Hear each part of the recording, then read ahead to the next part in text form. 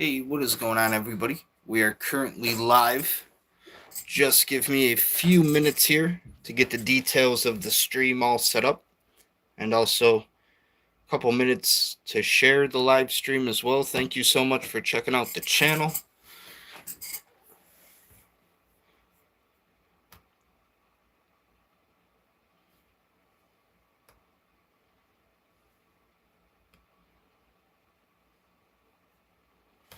Just give me a few minutes here, guys.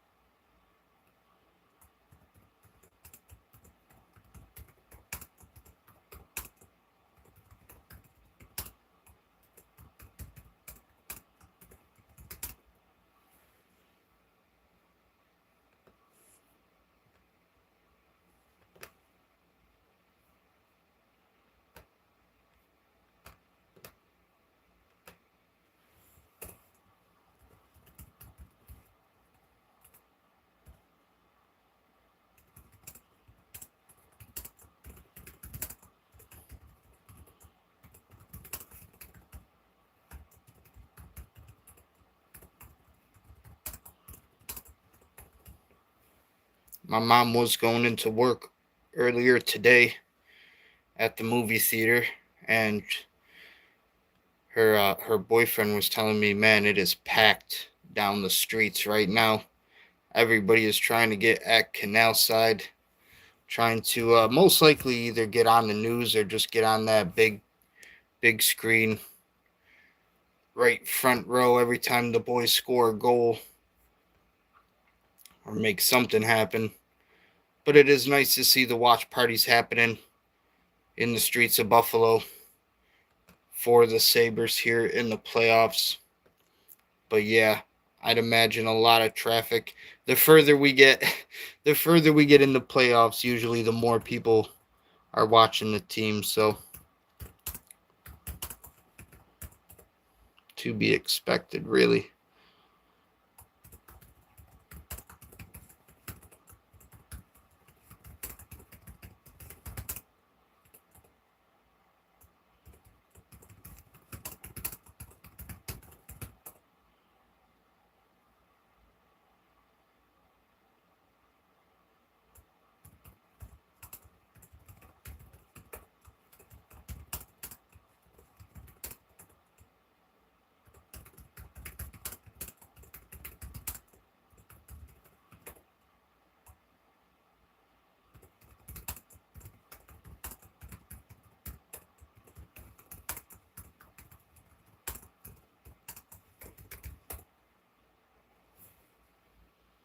Okay, guys, almost all set to go with the stream.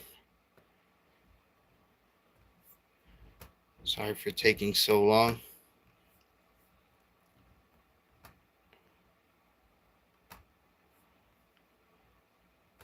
Okay, details of the live stream are all set up and ready to go.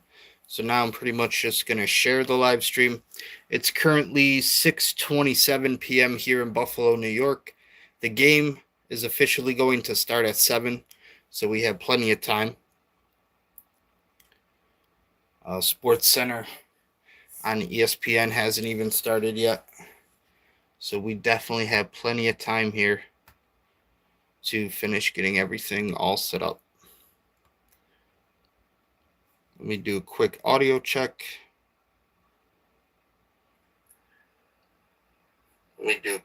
Okay, that sounds fine. Thank you, everybody, for having some patience and bearing with me. I know this is a lot, and it does take a while. Hopefully, 10 years from now, we'll have a quicker way of doing this.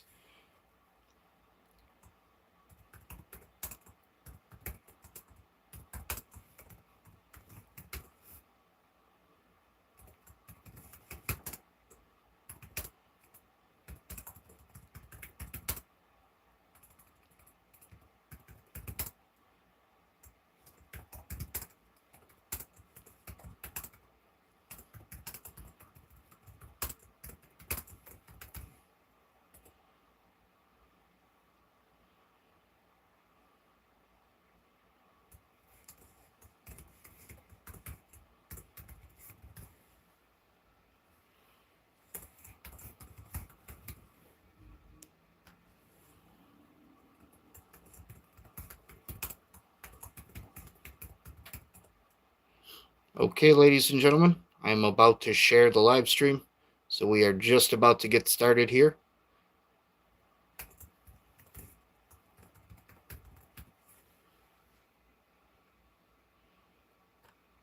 Looks all good to me.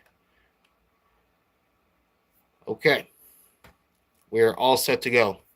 Ladies and gentlemen, it is officially Game 2 in Buffalo, New York. The Buffalo Sabres and the Montreal Canadiens going to do battle tonight. Again, it sounds like it's going to be the Sabres in 4. I don't discredit the Montreal Canadiens at all. Give them a lot of credit for making it this far in the season, especially to the playoffs in round 2. Beat a hell of a team in the Tampa Bay Lightning in that first round. I am going to turn down the lights and everything once we get all set up and ready. But if the Buffalo Sabres can win game number 2 tonight, then they close it out in 2 more games, and that's exactly what I like to hear. Me as an ex-player, former player, I'm thinking right now we win this game, and that's really where things start to pick up in the series. Game 1 really doesn't mean all that much to me. Game 2 is where things get a little bit more fun. Game 2, the boys win tonight. Like I said, they can start thinking about closing it out 2 more games on the road in Montreal, close out the series, eliminate the Canadiens, move on to round 3 into that Eastern Conference Championship, which right now currently looks like it's going to go to the Carolina Hurricanes. I would like the Philadelphia Flyers. But the Carolina Hurricanes playing some damn good hockey right now. So, Eastern Conference Championship right now looking like it's going to be between the Buffalo Sabres and the Carolina Hurricanes in some time soon enough. But the Montreal Canadiens are still in this series. They still have a chance tonight to get the upset in Buffalo, New York. The visiting team in enemy territory, definitely a hostile opponent with the Buffalo Sabres. Not an easy team to beat when you're in the doghouse, playing on the road and in hostile territory against Sabres fans in Buffalo. Game 1 was not easy, but Kirby Dach did get an absolute beauty in the last game. Like I said, Canadiens able to put goals up on the board. Defensively, the Sabres just playing better hockey right now. Other things I guess we could talk about before we get started here. Let's see if Sports Center is actually started, because it is 6:31 in Buffalo, New York. Tomorrow, yes, Saturday. Tonight is Friday, ladies and gentlemen. Friday night SmackDown, and we have the boys in Buffalo playing some playoff hockey. It can't get much better than that. Yes, we do have NHL on TNT. Tage Thompson walking into the arena. There's Zach Benson. 2 straight multi-point goals. Currently, Zach Benson, one of the youngest players on the roster for the Buffalo Sabres, so hopefully they're looking to extend his contract. One thing I would like to talk about, though, before we get started, it is pretty much Friday Night SmackDown tomorrow. They are doing Backlash, WWE Backlash. Not a whole lot of build-up for this card. I am happy for the Jacob Fatu and the Roman Reigns match. As a writer, as a booker myself, I do give that one a lot of credit. But it just seems kind of way too soon with the way that they really pushed into this whole storyline and this match in general. The build-up was about 2 weeks. Maybe not even that.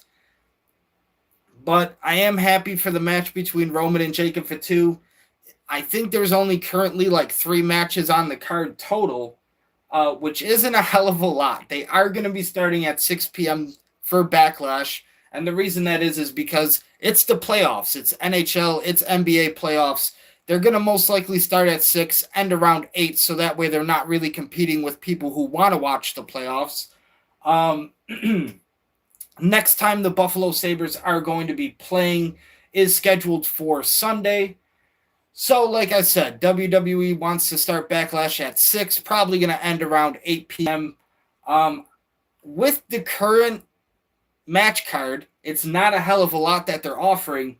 Like I said, I am happy about Jacob Fatu and Roman Reigns, but at the same time, when you really break it down, a 3-hour, 2-hour event.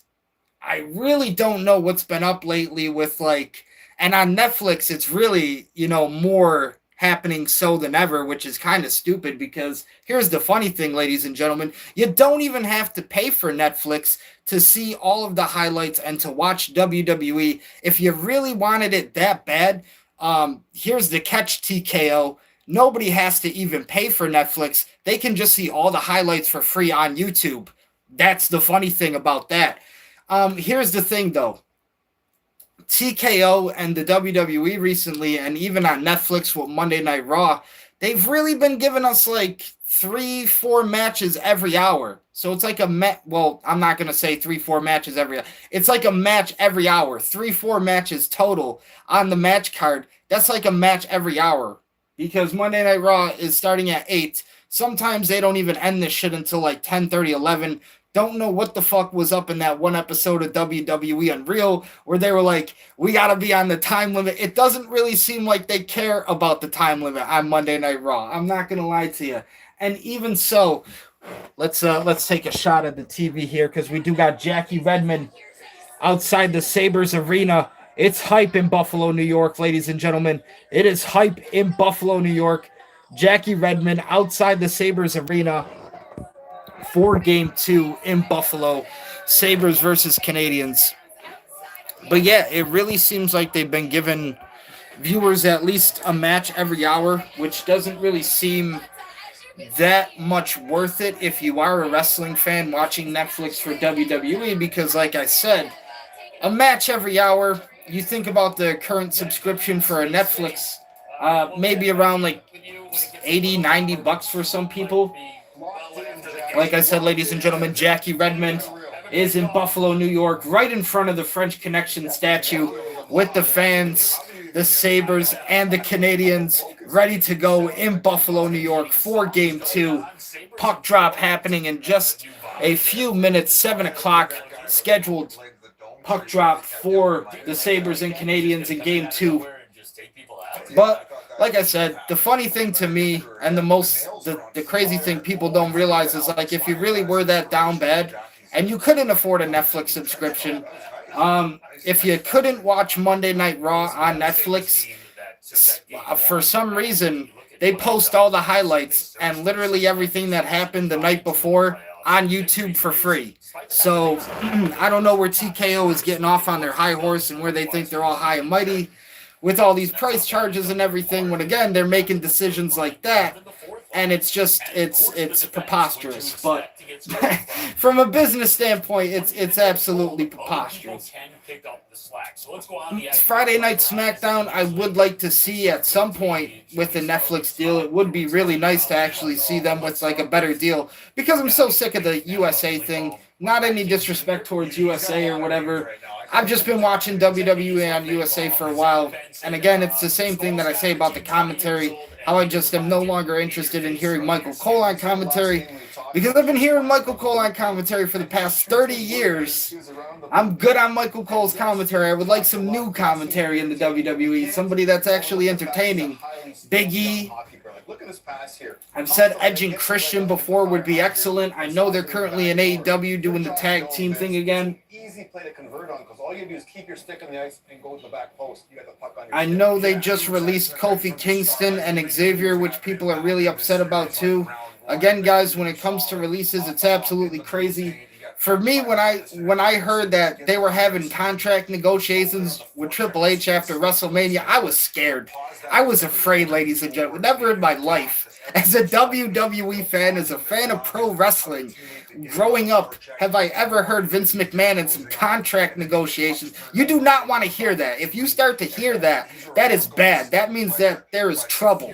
That something is fucked up here, because the owner should not be having contract negotiations if he wants to stay around, if he doesn't want to stay around. What the fuck are we doing, boys? Holy shit.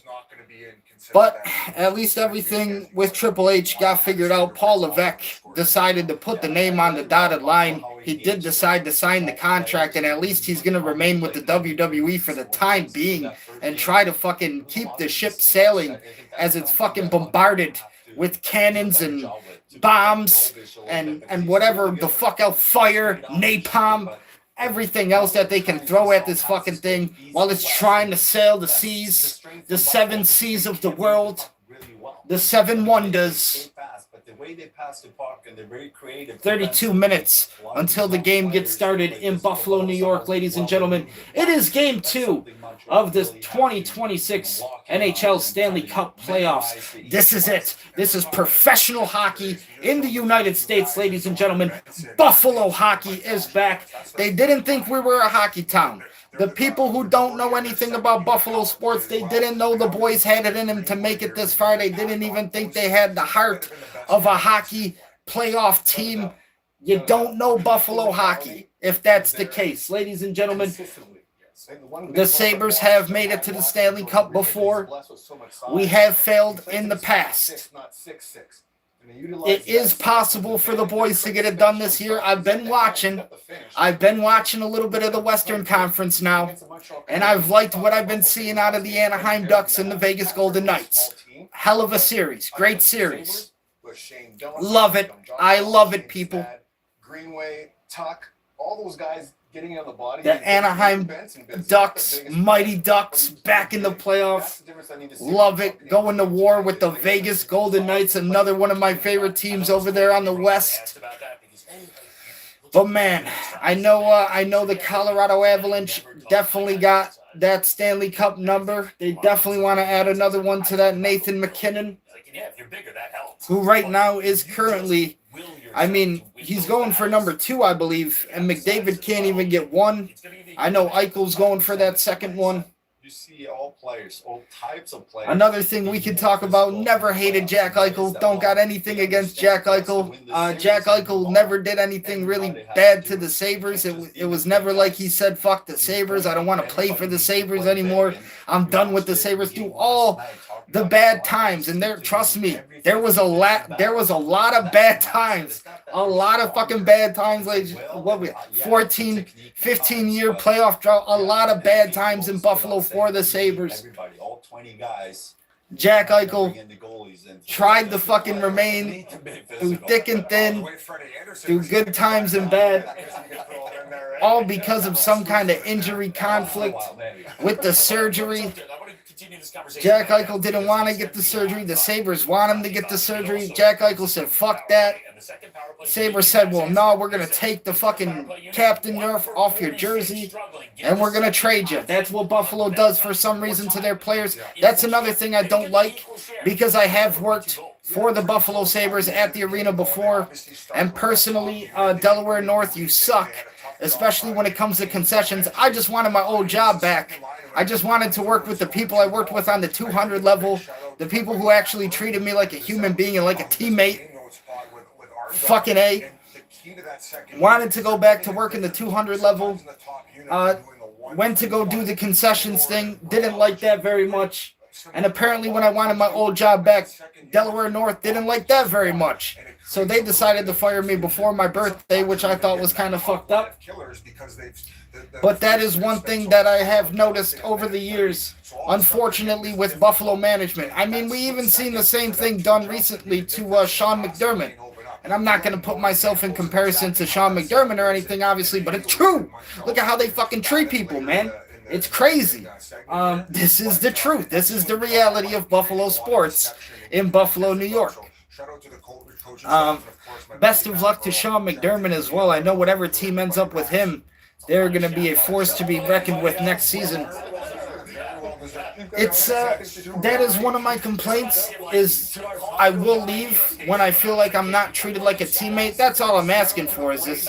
If at least you treat me like a teammate, I will give you my everything. I will give you my absolute best at that point. I will never miss a game. I will show up on time. And what Montreal can do against it. Fox +1, baby, EBR. Let's go. The boys are getting ready here. Boys getting ready for puck drop in Buffalo. Couple minutes away, ladies and gentlemen. Official time in Buffalo, New York, 6:43 p.m. About a 15-20 minute wait still. But we are ready. Rocking the goat head jersey. To me, it's always looked like a buffalo, but they call it the goat head jersey. So there you go. So far, it's brought us good luck in this playoff series. We're going to keep it going. If it's not broke, don't fix it. I don't know what they're thinking, but right now, every domino. Since they are showing a Domino's commercial, I would like to also say if you are in Buffalo, New York, shout out to the pizzerias. I know all the pizzerias around Buffalo, hard-working individuals.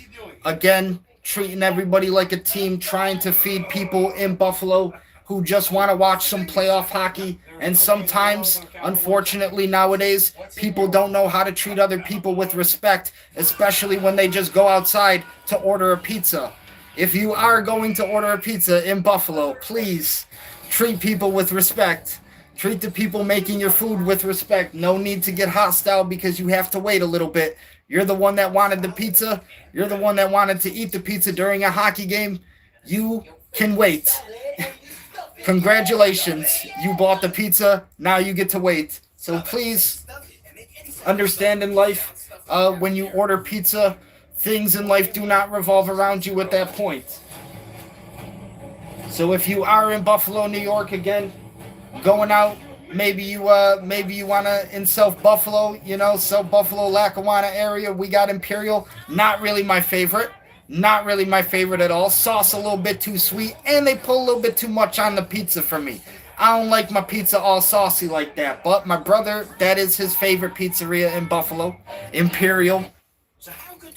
If you're going to Imperial, South Buffalo, Lackawanna area, me, I like Fra Amici's, I like Gino and Joe's. I'm more of a New York style.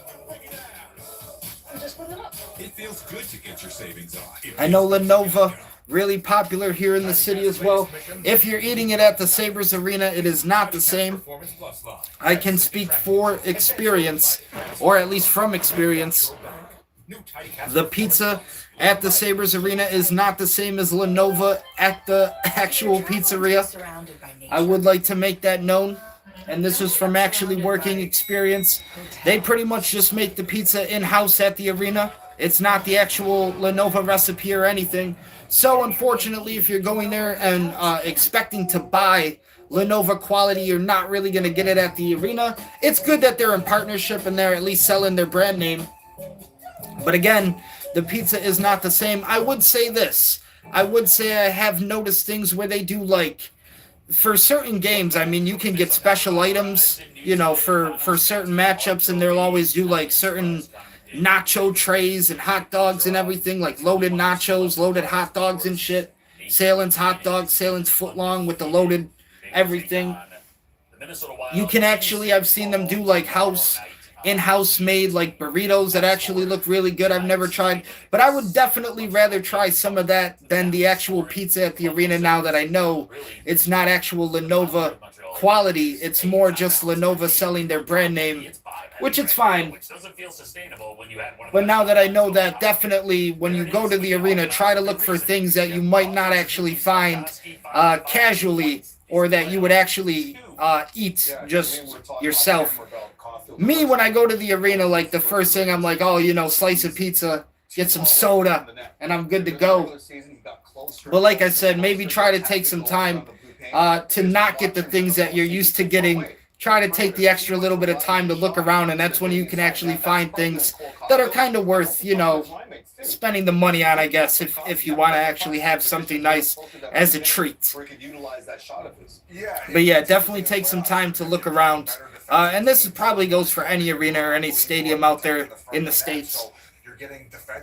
But usually I go to my, like, it's a go-to, the old familiar, the thing you're comfortable with. Try to step out of that comfort zone a little bit and try some other things, because that's definitely where the experience is a little bit better.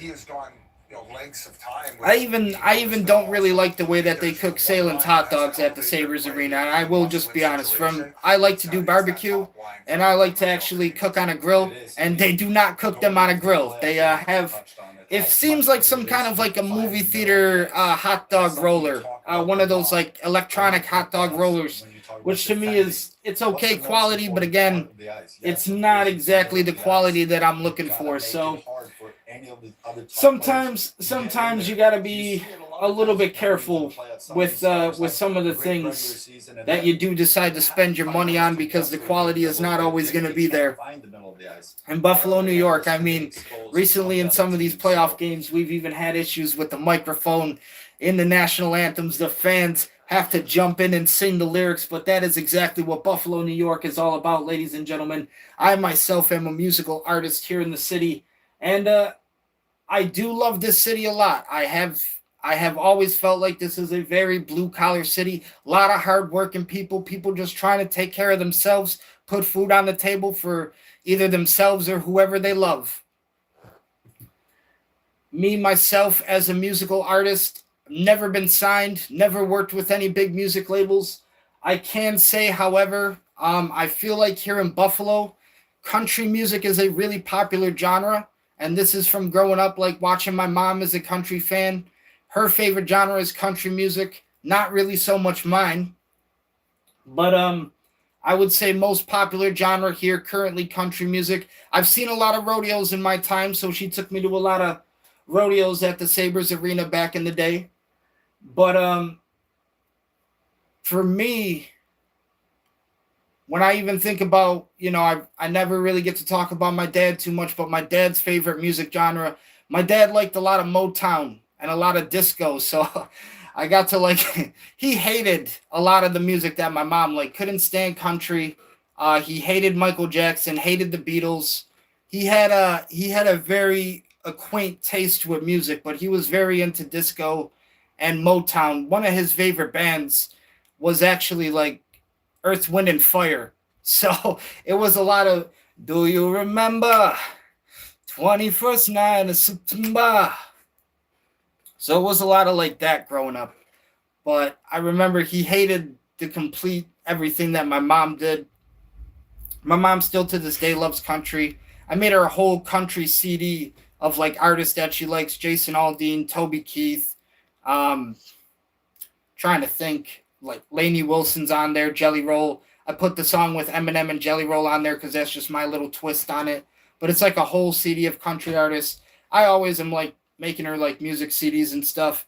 But this one was actually more dedicated and specific, catered towards her, because I had never really done country before, because again, I don't really listen to that genre.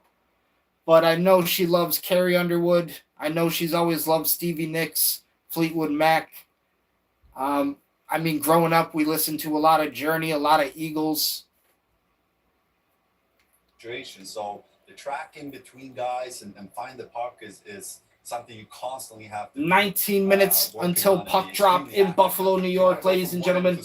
19 minutes away. I am going to take a sip of the soda very quickly. The defenseman, Lane Hudson. Yeah. I thought game one, he didn't really do a good enough job from limiting himself being these physical compromising positions. He takes the penalty there, and then he goes in the corner. He's not always going to go on first. He defend with his feet. Well, ladies and gentlemen, I thought Buffalo took advantage of him. only 19 minutes away now until the game is officially started here in Buffalo. Great position. The puck eventually works its way around to the Buffalo Sabres. Again, Canadians have a chance to stay alive if they get a win tonight, which is definitely possible. They can add another game to the schedule, but as it is currently, it could only be 2 more games, ladies and gentlemen.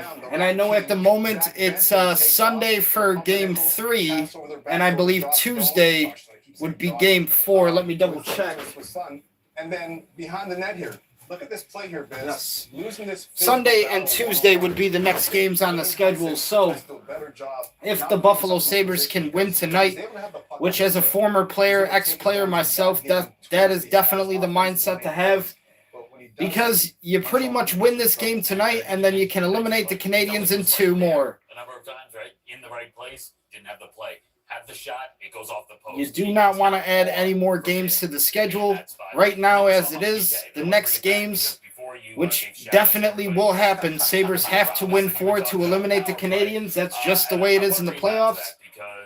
Next games are definitely Sunday and Tuesday for Game 3 and Game 4.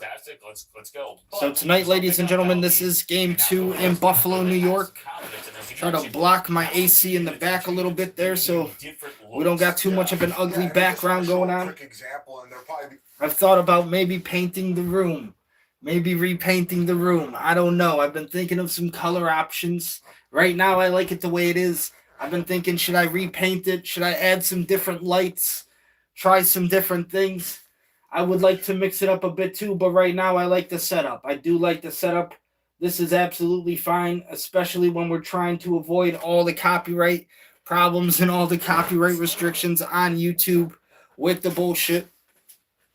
And he ends up getting mixed up here with Donor, and then as you see, that leaves the back door wide open. So as this game progressed, I felt like the adjustment, at least that Montreal made, and other teams might do it differently, is they dropped them a little bit lower. They focused on that strong side. They tried to keep guys intact, and at least they didn't become vulnerable to that weak side, at least having nobody challenging if the puck ended up there. So as I said, I'm not like a power play expert here. I had to get help from some buddies, and we got Butch Cassidy coming in tomorrow. Yep. So I'm sure he'll have a lot of ways and how he approaches a situation like that where you're getting different looks. But so, like I said, ladies and gentlemen, tomorrow, WWE Backlash tonight. It is Friday, so Friday Night SmackDown live for all my wrestling fans out there watching.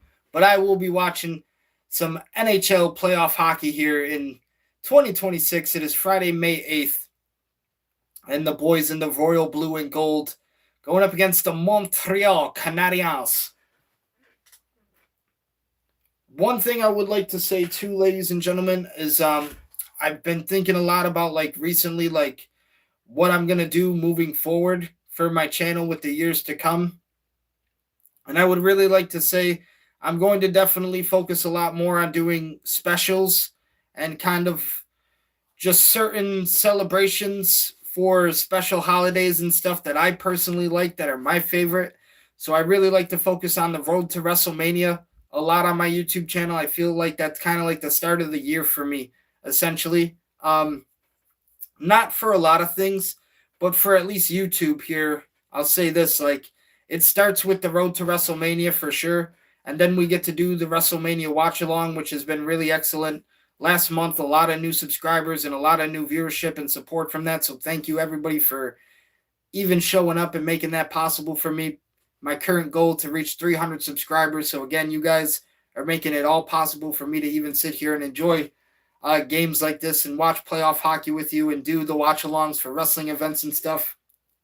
But what I'm saying is I really feel like for me, my YouTube year, or on my channel, I try to focus definitely the start of the year for me would be the road to WrestleMania. We do the WrestleMania watch along, which is one of our specials. And then I would say other specials that I'm definitely going to try to focus on in the future. So things to look out for in the future. Holiday specials, 4th of July for me. I always love 4th of July. Birthday, October 18th. Halloween, Thanksgiving, and then Christmas. So those are definitely some things that I would like to include moving forward on the channel, just to have it every year as kind of like an annual tradition. Really to do something fun and try to celebrate every year if we can. Just come up with a new idea or something crazy and fun to make as a video and post it here on the channel. But really would like to focus more on the specials. I guess what I'm trying to say is the way that I break it down is when I look at everything, the only time that I ever really have off from YouTube and trying to do videos or even thinking about what videos I'm going to do or anything, it's really the month of August, which is kind of when I'll do a lot of things maybe change up my profile picture or the background color scheme and whatever, try some new things out. But August is really the month where I get to kind of take a break, but not even, because I feel like I'm always consistent and I'm always working. I'm always just trying to think of new things to put on the channel and new and interesting ways to at least post videos for right now, which I can at least have something on the channel for the time being. But I'm trying to say it goes from the road to WrestleMania. We do our WrestleMania watch along. Really, our next big event is going to be 4th of July. After that, it goes into my birthday, which is October. We have my birthday and then Halloween. So big month. Usually October is a really big month for me. Go figure. OVO, October's very own. But October is one of my favorite months, so I always try to do something special on the channel. I definitely have something special planned in the back of my head now for what I want to do this year. I would have liked to in the future, and I guess I'll share this with you guys now since I can't really do it, or it's not really going to happen anytime soon. I was trying to write a script for my own fan film of like Halloween, but I wanted it to be like a mixture of the John Carpenter and the Rob Zombie version. And I was going to do a lot of interesting things where, my universe at least would include characters like Lori, and she would exist in the same universe as her niece. I believe I want to say Jamie in Halloween 4 and 5, but I could be wrong on that. But basically, I wanted to include a lot of the characters from like previous films, and I wanted to really do a 3-piece Halloween trilogy fan film. But of course, again, not just when it comes to writing the script and even just trying to write the script, but I don't have money to film it. I don't have money to pay actors. I don't have money for actors. I don't really have any budget to like have any type of editing equipment. Like I said, currently my Lenovo IdeaPad 1 is not strong enough at all to run DaVinci Resolve, so that's a little bit of a problem that we're still trying to navigate around. When it comes to some of these bigger YouTubers and a lot more popular YouTubers who have, $1,000 desktops, running DaVinci Resolve is not going to be much of a problem. But for the couple $100 Lenovo IdeaPad 1, it's a little bit of an issue. Not that strong enough. The Saberhood Block Party at Canal Side in Buffalo, New York is underway, ladies and gentlemen. Just about 6-7 minutes right down the street from me, right down South Park. Not a very long drive at all for me when I had to get to the arena, and there have been some times I've walked from the arena trying to get home because there's been times the traffic was so bad trying to get an Uber or a Lyft. They cancel on me. They just don't have the patience, I guess, to fucking wait in traffic. You don't even have the patience to wait in traffic. You're most likely not going to be the patience to ever wait it out with a sniper in military. I'm just saying. But you don't even have the patience to wait it out in traffic. There have been times I've waited so long, the traffic is over. There is no more traffic, and I'm still waiting. So unfortunately, I have had to walk a couple times down that old South Park, but not a problem. Not a problem. I've walked a lot in my life, especially when I had to take my vehicle off the road recently. No longer am driving. Can no longer afford insurance. So that is another thing. The 5.7 Hemi V8 2008 Dodge Durango. I nicknamed it Ruby Rose. That was my bad bitch, Ruby Rose. Shout out to the rapper. Shawty, hit me up. You can DM me anytime, honestly.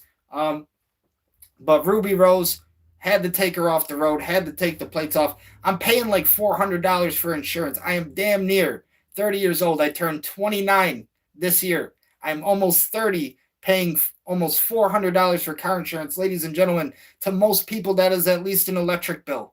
That is at least an electric bill, maybe even a water bill, something. But it is along those lines, I know that. It is just way too much. Insurance to me, for the price of a car, should at least be like $50 for everybody. That is worldwide. That should be the price of car insurance. That's just how I feel about it.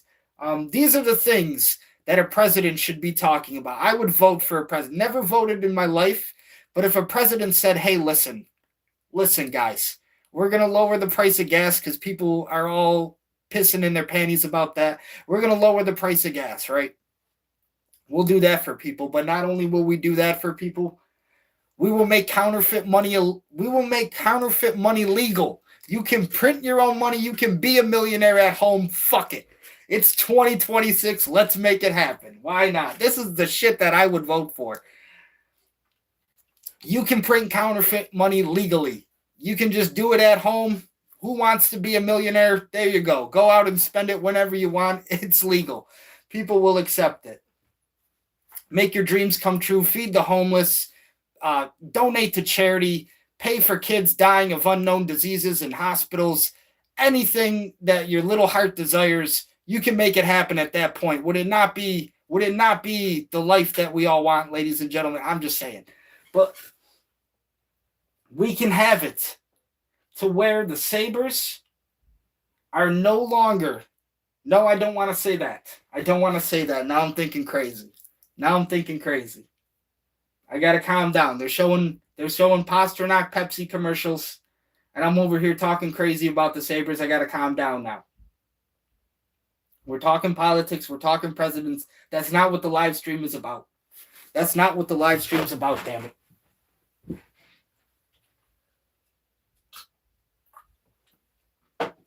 But it could be a beautiful America, ladies and gentlemen. It could be. Could it not be?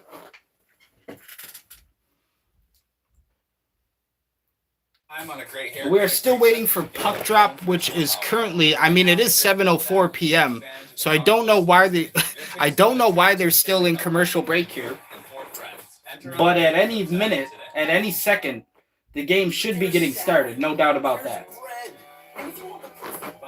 7:04 is the current time. Game scheduled for a 7 o'clock puck drop in Buffalo, but sometimes in Buffalo, they show up a little fashionably late, a little late sometimes. That's okay. Maybe there's some technical issues with the microphone. Terry Pagula still hasn't bought the team a new microphone, new speaker system, any of that. Got us a new Jumbotron in the Sabres arena, which is nice. Did get the new Jumbotron going. But the boys are definitely going to need at least a new speaker system and a microphone moving forward. I see you, Carl. Wow, DraftKings, that's an aggressive offer. Okay, we're still at commercial break here. Unreal. What's with them? NHL, ESPN. Who was working over there? So they make me feel at home. Those throw pillows don't match. It's nice to have fans. New customers turn $5 into 100 instantly in bonus bets. The crown is yours. Guys, too far. The Sabres are back in the second round, and they take game one on home ice. It is time, ladies and gentlemen. I believe we are just about to get started here with game number 2 in Buffalo, New York. Learn from this one and be better. And this is the game where things are going to start to pick up a little bit in the series. Last time, Montreal Canadiens, unfortunately, had to leave with the L. It is time for game 2. There it is. My city. My people.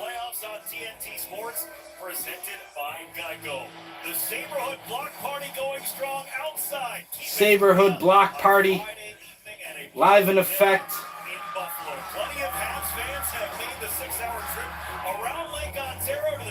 Plenty of Canadian fans in the arena tonight, they say. Plenty of visiting fans. Welcome to Buffalo, New York. Let's turn off the lights since the game has started.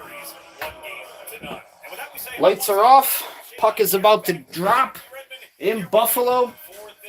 Game 2 underway, ladies and gentlemen. We are watching it on TNT. Ted Turner did pass away recently. Rest in peace to Ted Turner. Not really my favorite. If you know, you know. The rival to the WWE at one point. Yes, he did spend money on wrestling. I'll give him credit. He did create Cartoon Network, and he did put a lot of Warner Brothers on that network. A lot of Warner Brothers animated cartoons on that network, so I'll give him credit for that. But he wanted to compete with the best of them, and unfortunately, Teddy Turner took an L. Still to this day, though, he was definitely supporting wrestling, trying to make AEW a dominant thing there on the network, bringing wrestling back after the whole spiral and downfall with the WCW. So I was thinking about it the one day. Crazy to think about how once upon a time Chris Jericho worked for WCW and Ted Turner. They didn't even want to make him main event, didn't even want to pay him what probably Jericho felt like he was worth. And now, years later, Jericho got to go back to TNT and Ted Turner and say, hey, now you get to pay me what I'm worth and what I feel like I'm worth, Tony Khan. So let's talk business. Crazy how things in life come full circle like that, ladies and gentlemen. But rest in peace to Teddy Turner. He was a rival to the WWE, especially when I was growing up in the Attitude Era. He tried to compete with the best of them, but as he said WCW is where the big boys play. Unfortunately, the big boys, that's not what keeps pro wrestling alive. So sorry, Ted Turner.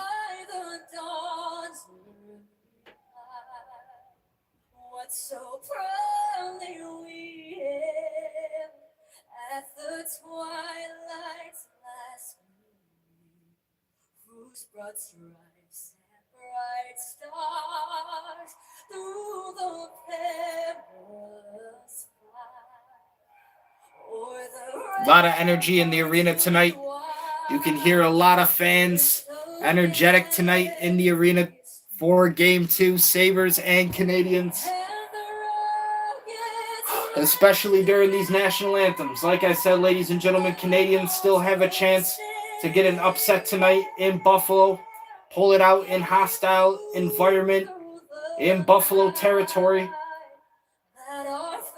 And then the Sabres would have to go back on the road, pick up the next 2 games, and then eventually end the series in Buffalo if it had to be done tonight, with a Game 1 going to the Canadiens. Or a game win, I should say, going to Canadiens in Game 2.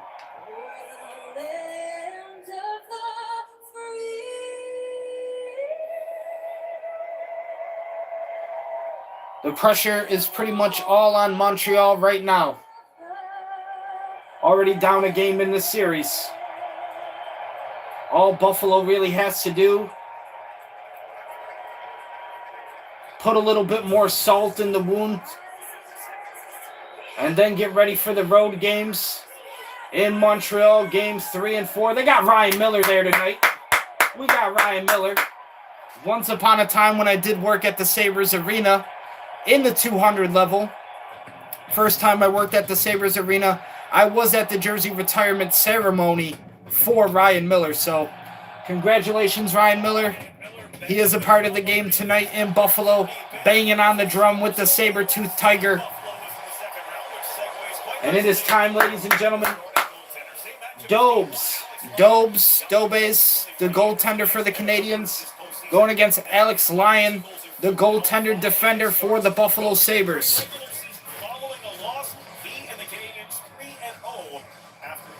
Alex Lyon 4-1, Dobes 4-4. Not the greatest record for the Montreal Canadiens goaltender, but that's who they got right now in net. It is time, ladies and gentlemen. The puck has dropped, and the opening faceoff won by the Montreal Canadiens, immediately dumped in by the Canadiens on the chase now. Puck getting skipped around the ice. Good hit there from the Sabres. But basically for me, ladies and gentlemen, a year for YouTube, at least the way I look at it, it starts with the road to WrestleMania, goes into the WrestleMania watch-along. We do a lot of our holiday specials. August is kind of the month where I get to take a break from YouTube, but I feel like I don't really take a break. I'm still pretty much working and still trying to think of new things to upload and everything. When it comes to my music, I feel like my music season, I like to start it around St. Patrick's Day. So I'll usually start writing music around St. Patrick's Day, and that will go all the way into maybe like Thanksgiving. So that's kind of like how I like to do a lot of my music and a lot of my music writing. I like to really focus on those seasons and those months where I'm working from St. Patrick's Day, pretty much March, all the way to Thanksgiving of November. Because then it pretty much gives me 3 months of like an off season where I get to enjoy a little bit of the holidays, a little bit of like the Super Bowl and everything, where it's December, January, and February. And the Montreal Canadiens get one right off the rip here. 2 minutes have passed in the first period, and the Montreal Canadiens strike first. Number 15 puts it right in the back of the net. Canadiens fans went wild. A sea of red absolutely jumped out of their seats as the Canadiens put it in the back of the net first in the opening period here in Buffalo, New York. Great pass between the legs there. Canadians working the puck around from the blue line back to the red dot, and it was just one that got away from Alex Lyon. It was actually Goulet, 21, who scored that off of a pass from 15. So Goulet did get the credit on the goal for the Canadiens. Current score 1-0. Montreal Canadiens on the board, and Buffalo already on the attack immediately. Now trying to keep the Montreal Canadiens on their toes. But defensive zone win here for the Canadiens. Back to center ice. They lost the puck to the Sabres. Now Buffalo trying to pass it around off of an intercepted pass. This goes center ice to the Canadiens, working it past the blue line. But usually February is a really tough month for me because my dad actually passed away the day after Valentine's Day. So I never really get to celebrate Valentine's Day with anybody, which kind of always sucks. I hate Valentine's Day. It's my least favorite holiday, if I'm just being honest. But Valentine's Day is usually the hardest because I don't really get to celebrate it with anybody. And then the day after is the anniversary of when my dad passed away. So it's never really, I don't really care for the month of February too much, but that's why I usually try to take a break from music, and I don't really start my music season, at least I don't really start focusing on like writing or anything again until really around March and St. Patrick's Day, especially as an Irishman, right? South Buffalo Irish. Irish Italian, come on now.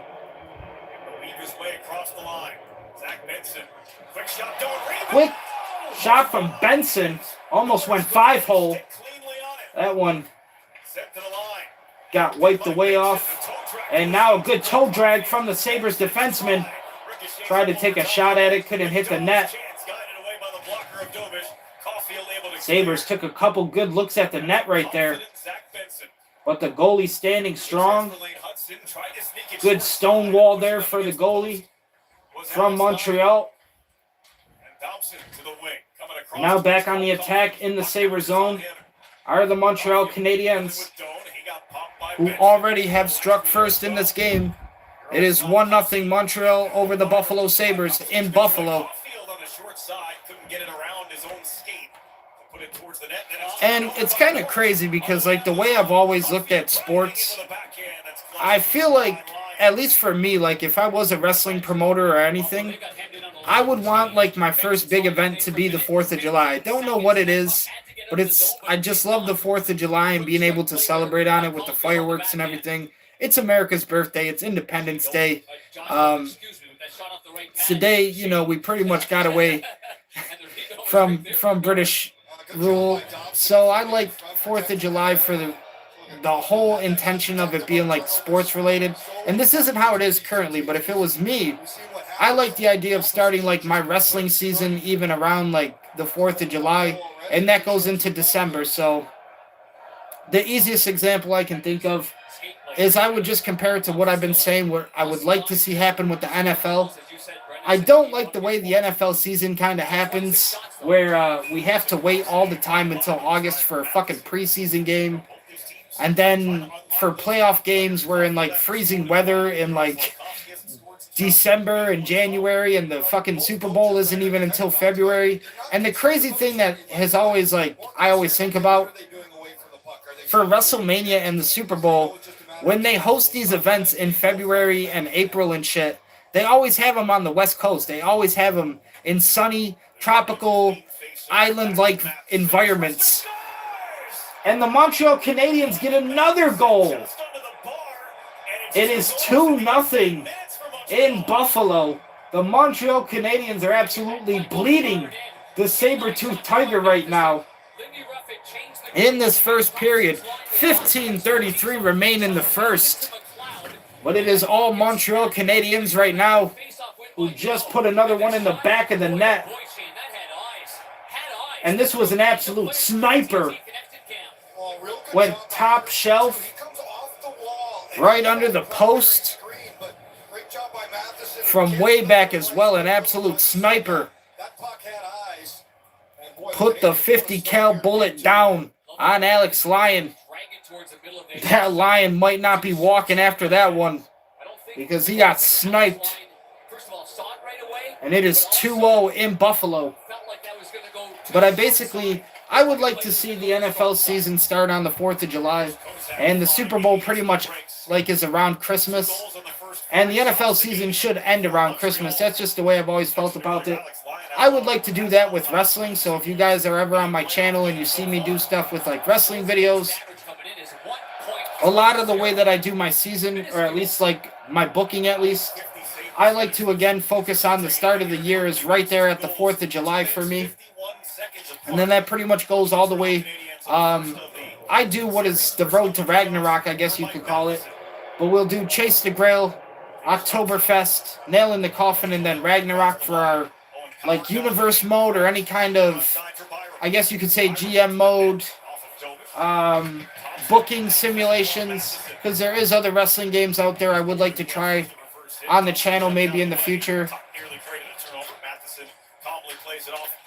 So it's definitely, for me, I like to focus on September, October, November, and December, kind of as the end of the year, as opposed to, how other sports might treat it, as that kind of being a mid-year type of thing for the NBA and NHL and everything.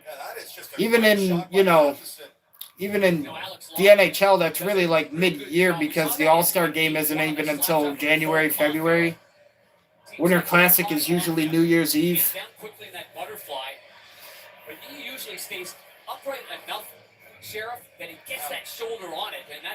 Ladies and gentlemen, 14 minutes, 19 seconds remain in the first period.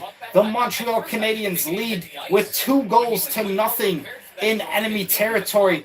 Buffalo kind of quiet right now. The fans a little bit silenced. They were not expecting the Canadiens to have this kind of fight coming into Game 2. But like I said, the Montreal Canadiens made it this way for a reason. And they are not a team that you can really smile at in the playoffs.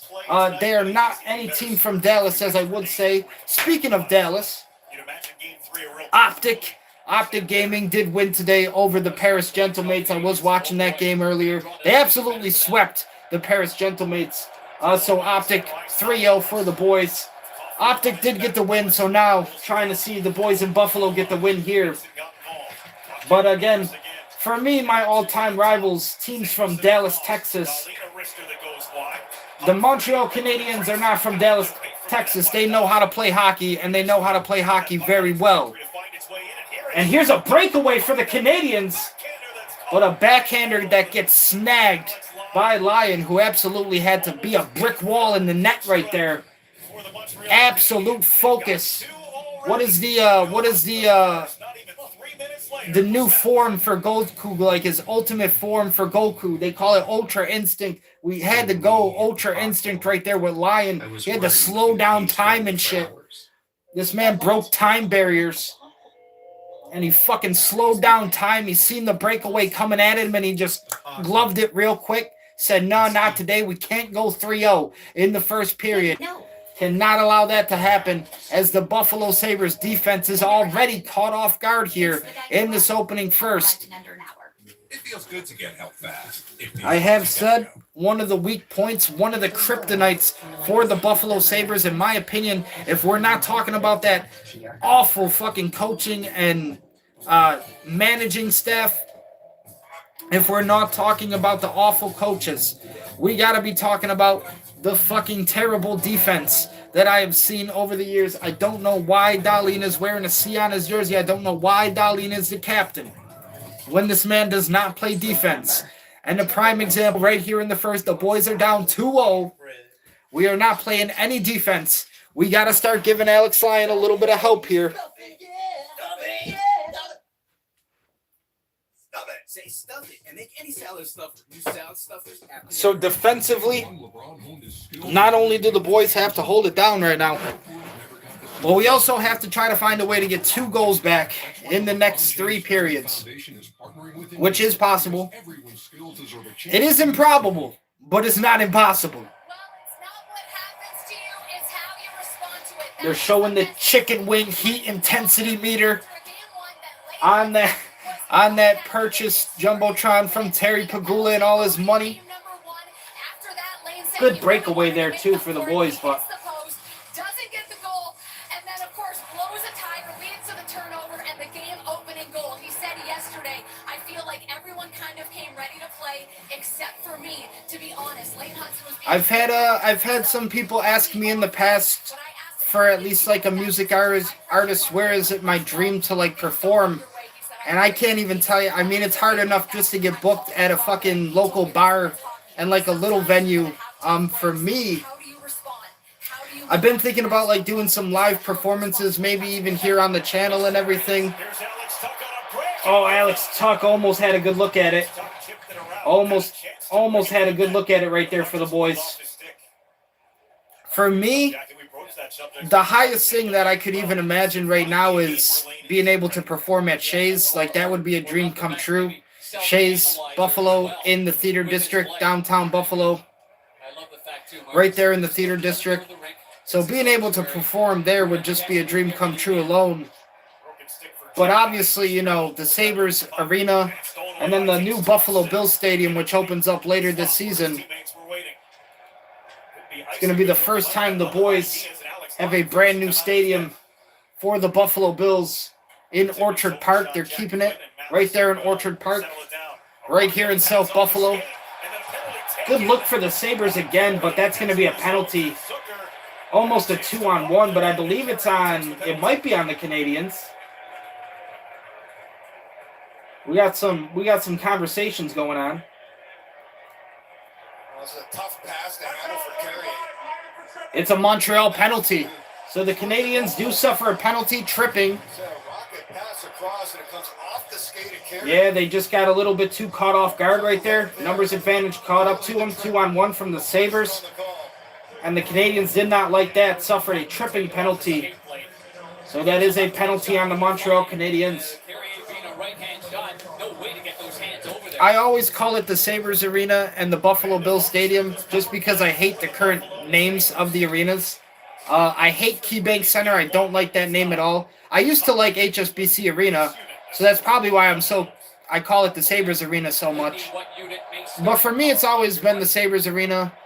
They don't plan on tearing the arena down, KeyBank Center or anything. They actually just did like a deal with them for another 5 years. So it's going to be the KeyBank Center for like another 5 years, which I kind of hate because I don't like KeyBank at all. They kind of suck as a bank, if I'm just being honest. But they signed the deal. They have the arena rights, and they're going to be there for the time being. So I know Terry Pagula just wants to put some repairs and invest in some upgrades. Not really going to tear it down or move it anytime soon to another location.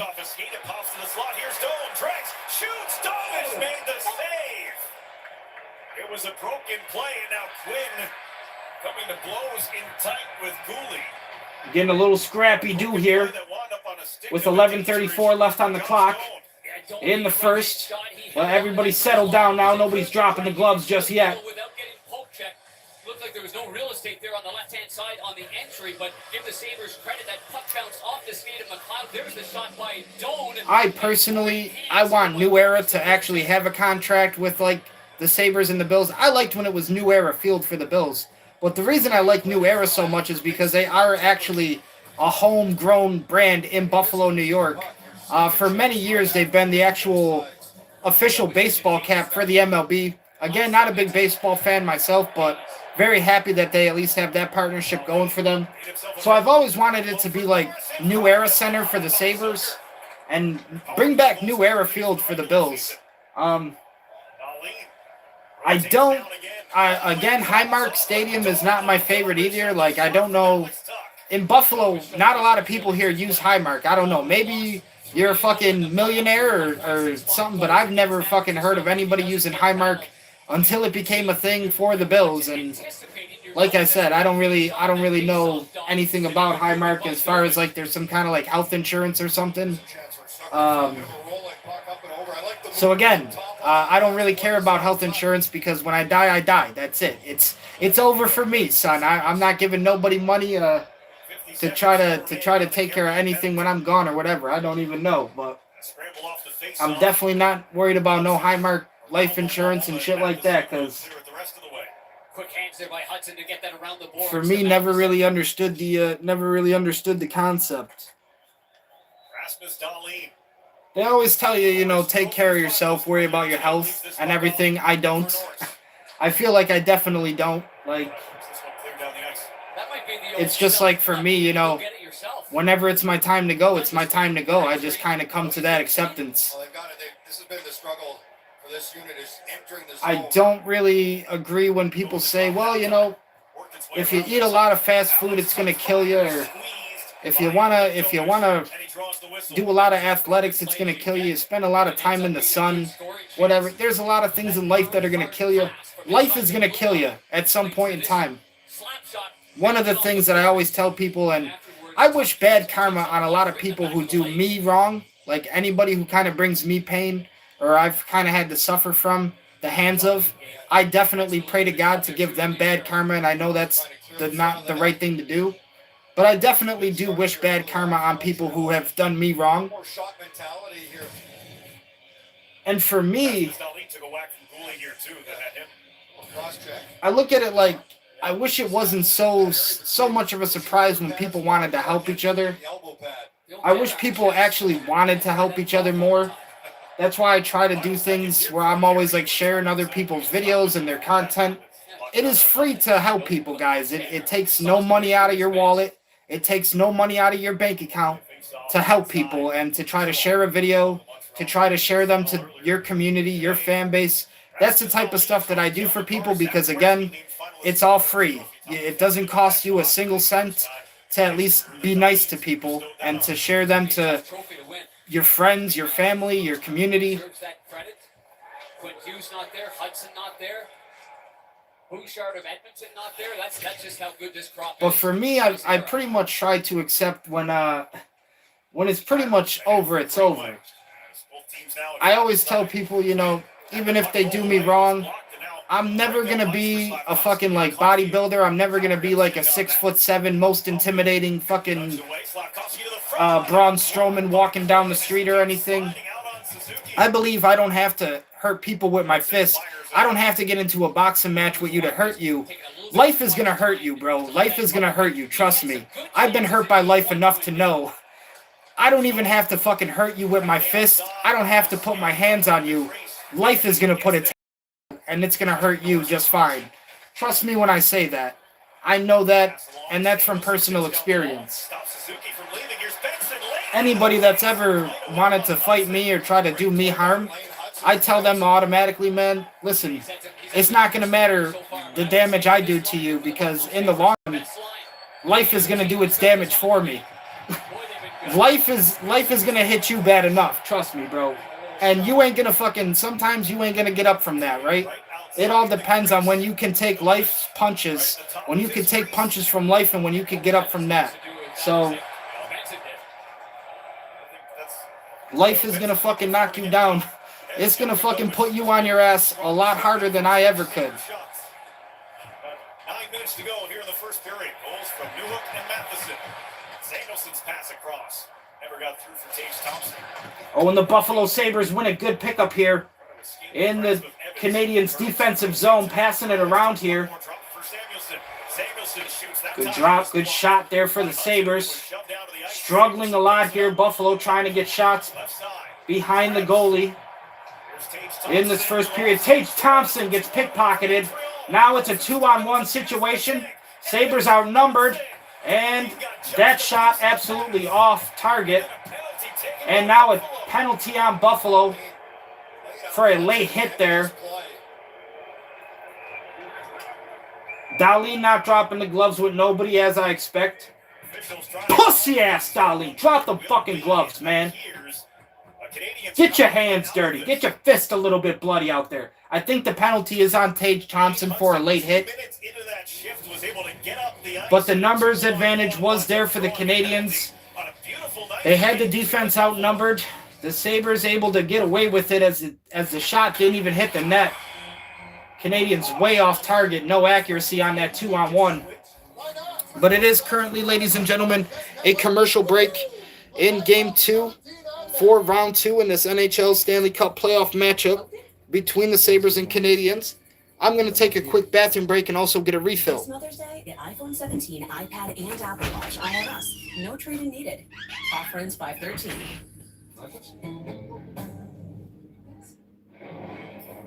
We're here for a convertible. How about an SUV? Want to get out of here? Where are those trucks? We're right here. Whatever it is, we're here for it. Value is always in season at Taco Bell, with favorites for $5, indulgences for $7, and a lavish spread for $9, including the triple-double crunch wrap. Try Taco Bell's $5, $7, and $9 lunch boxes today. The playoffs almost over? Believe it or not, we're just getting started. It's round 2. Expect the unexpected. The top contenders, they're dropping the hammer. And everybody's totally unhinged. It's poetry on ice with bruises and without intention. I love that analogy. It's really more of a metaphor. The boys are buzzing, the drama's unfolding, and the heroes are rising. And just when you think it's closing time, it's a time!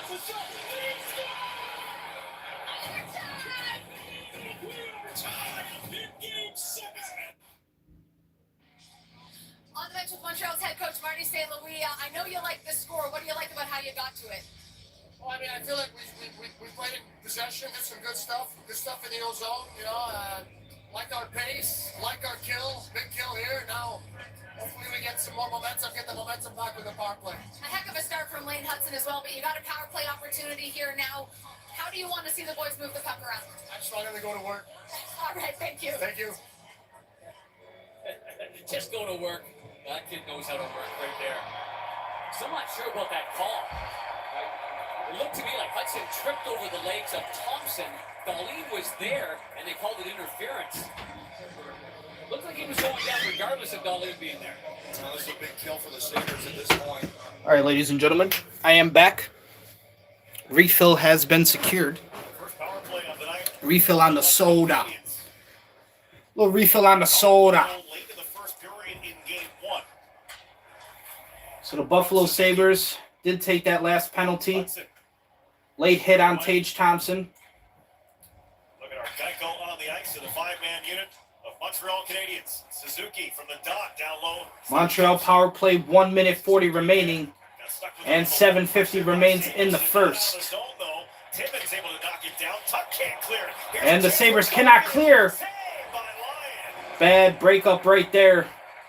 It was a bad breakup. Could have been a heartbreak for the Buffalo Sabres, as they've had to turn away another goal attempt right there from the Canadiens. Yeah, Hudson is going down before. Yeah, but Thompson actually trips Hudson. And there's a look at that save. Off a turnover, Tuck couldn't clear it. Caulfield the chance and a good save by Lyon with the glove hand. What a great look that is, and that puck goes right into the webbing of the glove.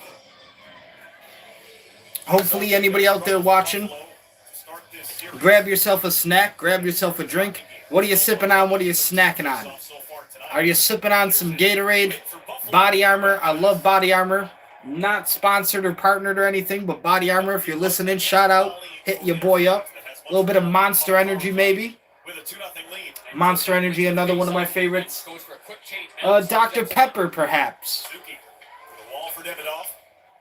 Maybe some lemonade, iced tea. I'm a little bit a fan of the Arnold Palmer. A little bit of half and half. A little iced tea and lemonade. Grab yourself something to sip on, ladies and gentlemen. What are you snacking on? Brownies, cookies, popcorn, ice cream. The Sabres do actually have their own ice cream flavor. It's a Perry's ice cream flavor. I served it at the arena. It's called Let's Dough Buffalo. Let's Dough Buffalo. It's like, I know it's got brownie pieces in it. It's like a very fudge brownie kind of ice cream. And then they end up getting this long shot here by Hudson. But it is Let's Dough Buffalo. For anybody out there who has not tried the actual Sabres ice cream in Buffalo, New York, they serve it right at the arena. You could grab that one, Shane. Pretty sure you could probably go to like a Perry's ice cream stand and they'll have it right there on the menu. So For anybody who's not aware, Let's Go Buffalo, the official ice cream flavor of the Buffalo Sabres. Now Sabres take a shot, that one not accurate, off the mark for the Sabres. Puck goes back to the Canadiens, who are on the attack here. Sabres fans did not expect this kind of fight here out of the Canadiens, but like I said, a great Canadian hockey team here in the playoffs. They know how to play hockey better than the rest of us. Trust me when I tell you that.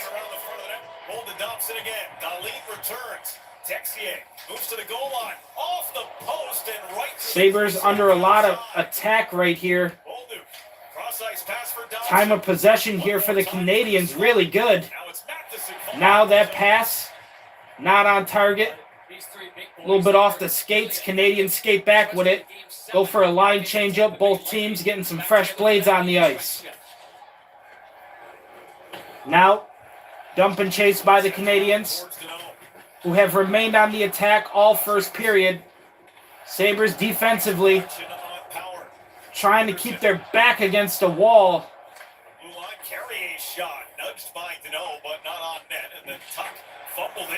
Sabres trying to keep their back on the ropes. Trying to keep their backs not on the ice here, as the Canadiens are laying down some knockouts. Canadiens still attacking in the Sabres defensive zone.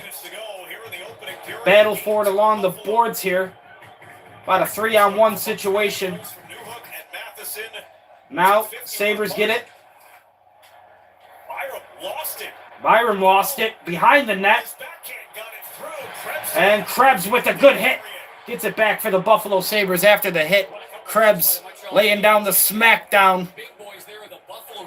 But the Canadiens get it back in the defensive zone now. Send it center ice. Sabres get it back over the blue line. And now just passing it around by both teams. Nobody with a true control on the puck yet. Just out of the reach of Darlene, who was trying to make that an on-man rush. Lyon out to handle. Puck being sent all over the place right now. Alex Lyon stepped out of net for the Sabres to slow it down. Canadiens move it over the blue line in the Sabres zone. That's a one-timer. Waved away by the Sabres goalie that time. Good pass in front of the net, gets locked up by the defense. That shot changed directions and goes wide. Suzuki spins it towards now good interception on the pass there for the Sabres. Get it out of their defensive zone. Sabres back on the attack. Good look at it. Jack Quinn banged it off the glass. That's not where you want to put the puck, buddy. You're trying to hit the goal, not the glass. A couple of posts in the last game, but got to hit the net there. Got to hit the net. Sabres still trying to keep this thing within reach. Only a 2-goal deficit right now. Canadiens still lead in the first. Now offside called for the Buffalo Sabres. 3 minutes, 11 seconds remain in the first. It is a 2-goal game. The Montreal Canadiens right now leading 2-0. Let you trade on anything from sports to culture? What about UFO sightings? Yeah, that too. Why? They also said earlier, a lot of fans coming over from Montreal. Love to see it. Love to see it. It's great recently that Utah got a hockey club. I love to see that Utah got a hockey club. And I think Montreal does deserve a second hockey team again. If we can get the Nordiques back in Montreal, it would be crazy.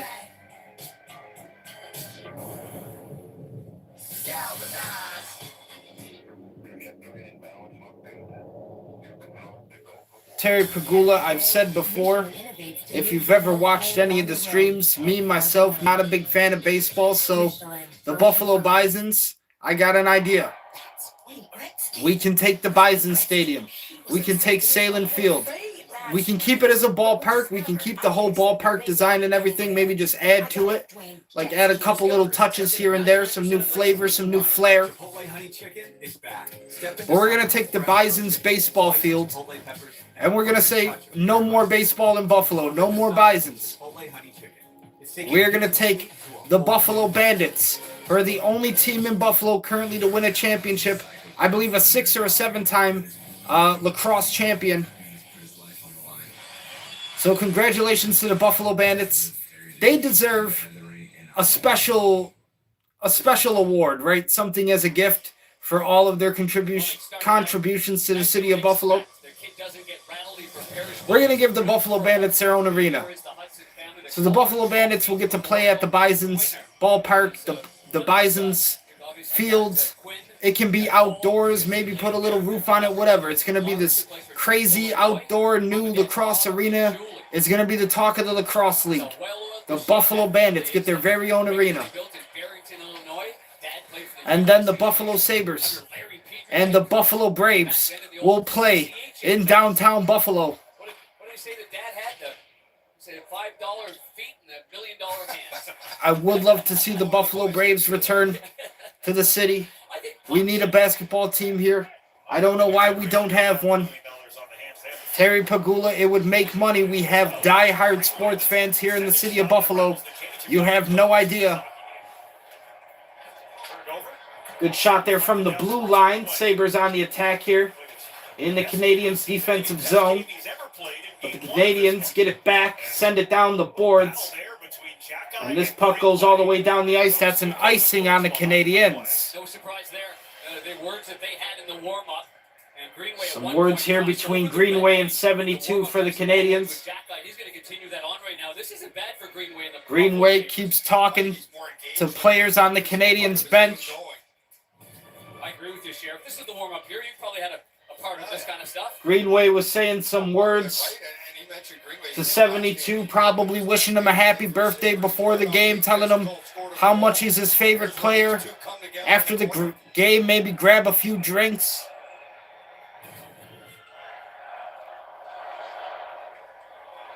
That's exactly what he was telling him at the warm-ups.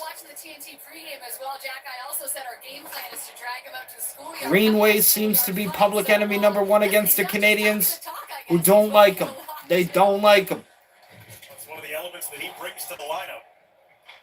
As Duane put it towards the net, he plays with an edge, sometimes plays over the edge. Now this puck in the Sabres' defensive zone. Sabres dump it out. Three Sabres players are down there trying to get it back, but the Canadiens do what they have to do to get the puck out of danger. And now this one, offsides. So Greenway has been saying a few words of encouragement to some players on the Canadiens bench. I'm sure the Canadiens would like nothing more than to put Greenway out of his misery and not see much of his face anymore in the series if they can make it possible. So if Greenway not too careful, the Canadiens might want to drop the gloves with him and make him real acquainted with his dentist, maybe even make his dentist some money. You know what I'm saying? Give his dentist a reason to, pay off maybe a mortgage or something. But if Greenway is not careful, Greenway just might be going to the dentist office very soon and telling him, listen, I was in game 2. I was saying some things to the Canadiens on their bench. They didn't like what I had to say. All I was saying was have a great game. Go out there.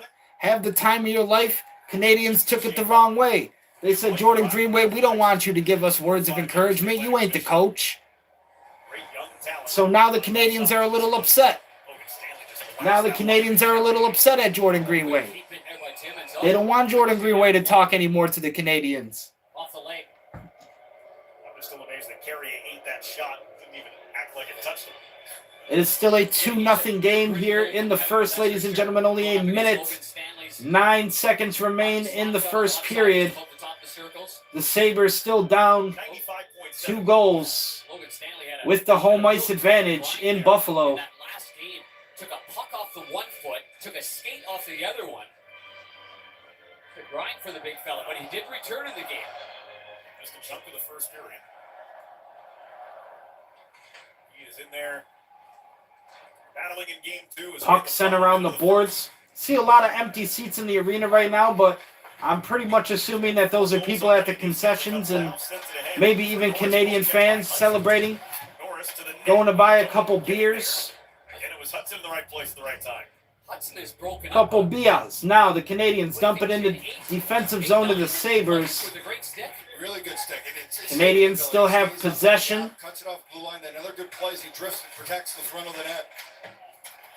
You are seeing some empty seats out there, but again, ladies and gentlemen, I believe those are just fans in those long-ass lines at the concession stands, because I know exactly how it gets, slaving away in the back rooms of those concession stands.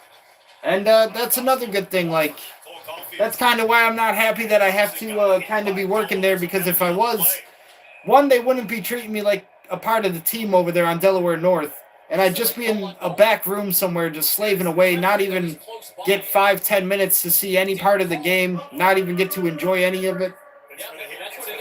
So it's nice that I'm able to have some time here to actually stream it and enjoy it with you guys now. Hopefully in the future we can definitely make the quality of these videos better, and the production quality definitely increased a little bit over time. This penalty is going to be on the Buffalo Sabres, who take a bad penalty right here, just at the final minute of the first period. That one, interference on the Sabres, 2 minutes. So Montreal Canadiens do get the 2-minute power play with only 9 seconds left in the game. Or, I'm sorry, 9 seconds left in the first for game 2. A face-off win. Hudson. Face-off win goes to the Canadiens. Canadians get rained down in boos. And Sabres did whatever they could to clear it out of desperation right there.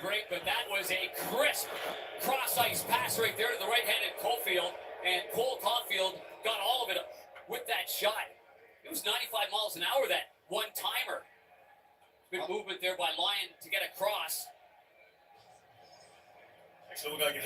2 seconds left in the first. Montreal Canadiens on the power play. 1 minute 53 remain on the power play for Montreal. Face-off win again for Montreal. And they have said that Buffalo is the worst face-off team in the league right now. Worst face-off percentage. Buffalo Sabres losing a lot of face-offs. That one could come back to bite them in game 2 here against the Montreal Canadiens, who not only control the game with the 2 goals, but have been winning some pretty big, crucial face-offs. So if the Sabres don't get it done in the face-offs and start winning some puck battles, that could really come back to hurt them as well. They have said, ladies and gentlemen, the Buffalo Sabres, worst team right now in the league with face-offs, worst face-off percentage, Buffalo Sabres. So they're going to have to really try to win some against Montreal here moving forward, because they've been losing a lot of big ones. And when you're down 2 goals, you don't want to keep losing face-off to the Canadians. We're going to take a commercial break, and then I will be right back. So if you guys want to grab yourself a snack, maybe something to sip on, we will be right back, ladies and gentlemen, as the first period in Game 2 is over and the first intermission is coming up. Surprises are her specialty. With the venue flooded, Georgia asks Copilot and Word to help rebuild the plan. Copilot makes the changes in minutes. Now Georgia's new plan looks like it was the plan all along. And fireworks? Georgia runs the show. Copilot helps keep it on track.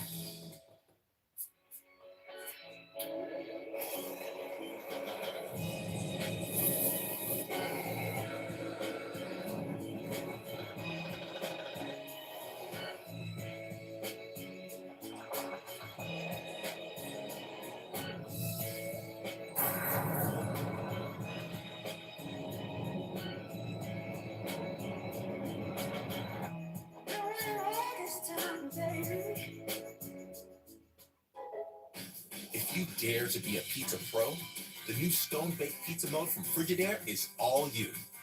Second to none for restaurant quality, it's dough to done in 2 minutes. And in the oven that dares to have the most range, it's just one of 15 plus cooking modes. Like air fry for healthier and crispy, no sweat. And steam bake, so the party spread is on point. When you dare to bring more flavor to the table, dare to expect more from your oven. Frigidaire. Running a successful delivery company has taught me something. You're only as good as your tools. We have AT&T Business, and that's why we're the best. Where? You're aware there's nothing here. Just trust the connection. What? You guys are early. Yeah, I like that. Get your signature there. You guys thirsty? I just made some lemonade. It's really warm in here. Like a good warm. You know, my phone still works down here. It's crazy. Oh, look, I'm bottomless. Just like bottomless apps for $9.99 at Buffalo Wild Wings. That's right, you can get bottomless mop sticks, fried pickles, and so much more for you and all your bottomless friends. Bottomless apps for $9.99 only at B-Dubs. What kills weeds without killing my grass? Roundup for lawns. So you're saying this stuff kills crabgrass and barnyard grass, but won't kill the grass? It won't kill the grass. Roundup for lawns. This stuff works. Take one Defender. Add a large helping of sand. Mix in some rocks. Freeze to -40 for several days. Then soak in 35 inches of water. Bake at 122 Fahrenheit. Finally, serve on a plateau of your choosing.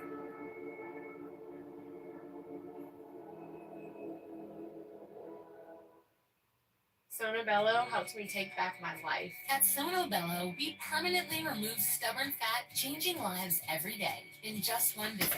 You didn't know that having 2 kids would make it so incredibly hard to take care of yourself.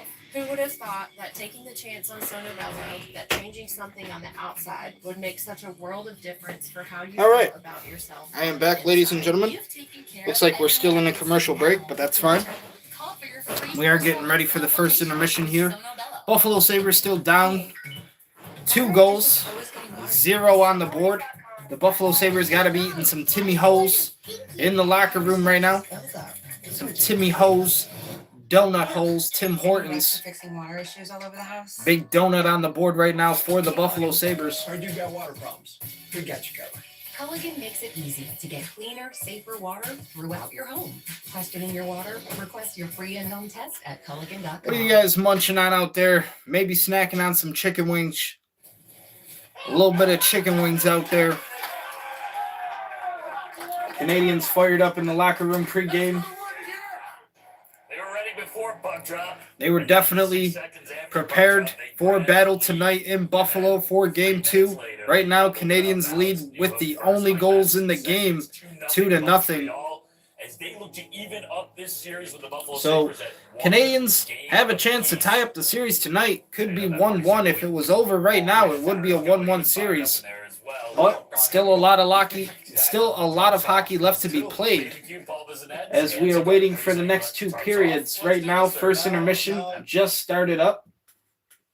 So, like I said, guys, we will be continuing to watch some Buffalo Sabres playoff hockey for as long as the boys are in the remainder of the tournament here.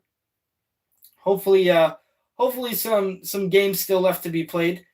But once the playoff series is over for the Sabres, like I said, really the only next big thing that I have scheduled is going to be for the 4th of July. Really thinking of trying to do something fun for that. Still has yet to be determined. But I would like to maybe have a little bit of a throwback episode where I might upload Crash Bandicoot gameplay or Spyro gameplay, because those were big games from my childhood. Those were some fun games that I really loved from my childhood. So I've been thinking of doing maybe a Crash Bandicoot kind of thing for 4th of July. Not sure yet, but we'll see. And then after that, it's really going to be Halloween. I guess right now during this intermission, I can talk about how I was saying earlier, how I wanted to write movie scripts for Halloween and everything. So I was going to do my own little version of a Halloween fan film. But of course, it can't really come to be. I wanted to do a trilogy because I wanted it to be 2027, 2028, and 2029. And I had the dates and everything all planned, but again, even aside from just trying to like write the script and everything, it really comes down to trying to get actors, trying to pay actors, and trying to find ways of editing and everything, which is just kind of out of my ability right now. Again, would love to do it someday, but my version, I really wanted to do a version of Michael Myers, and I guess I can talk about it because it's never really going to be a thing. But my version of Michael Myers was going to be a lot more true to like the John Carpenter and the Rob Zombies version of the character. And it was going to be like a mix between the two. So what I mean by that is I really wanted to focus on a lot of the suspense elements from John Carpenter's Halloween. I feel like one of my favorite elements of horror is suspense. And it's one of the things that I learned from John Carpenter. It's one of the things that I learned from Alfred Hitchcock. Suspense in horror movies is a lot more valuable to me other than just having nonsensical jump scares, or I guess jump scares that are supposed to scare people when they really don't do anything at all. I prefer when movies in horror have elements of suspense. So a lot of my character for Michael Myers was going to have a lot of the John Carpenter suspense behind it, to whereas if Michael could be anywhere at any point in time and none of his victims truly know. There is always the idea that Michael Myers is a shape in the shadows, but to me, I've always hated nicknaming Michael Myers the Shape. I like when they call him the Boogeyman. So my actual titles for my movies was going to be Halloween, The Boogeyman of Haddonfield. I wanted to do a sequel, Halloween 2, The Boogeyman Returns to Haddonfield.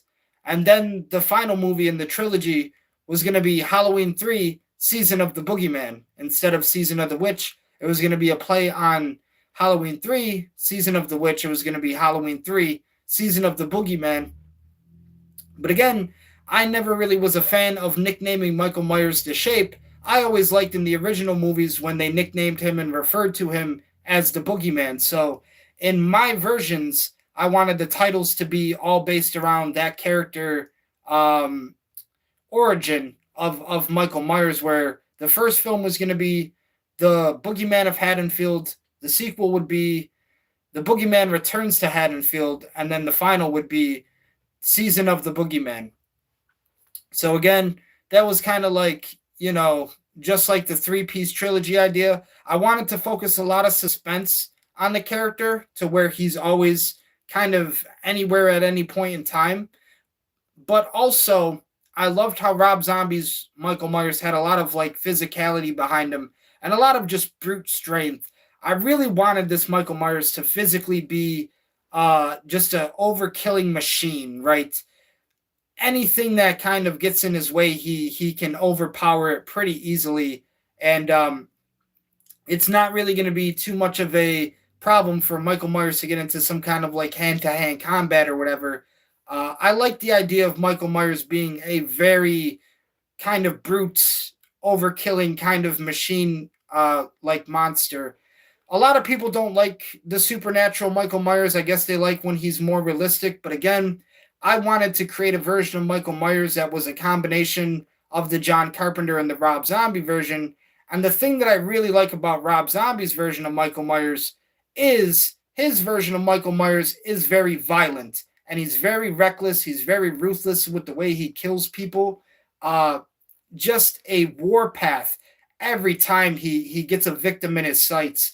It's most likely going to end up in a bloodbath for the person on the receiving end. So that is the version of Michael Myers that I like. I wanted to incorporate, like I said, a lot of the elements from the John Carpenter movies that I always loved. I wanted to do the supernatural element. Where is Michael Myers and how the fuck is he everywhere at all times? I wanted Michael Myers to always be everywhere at all times.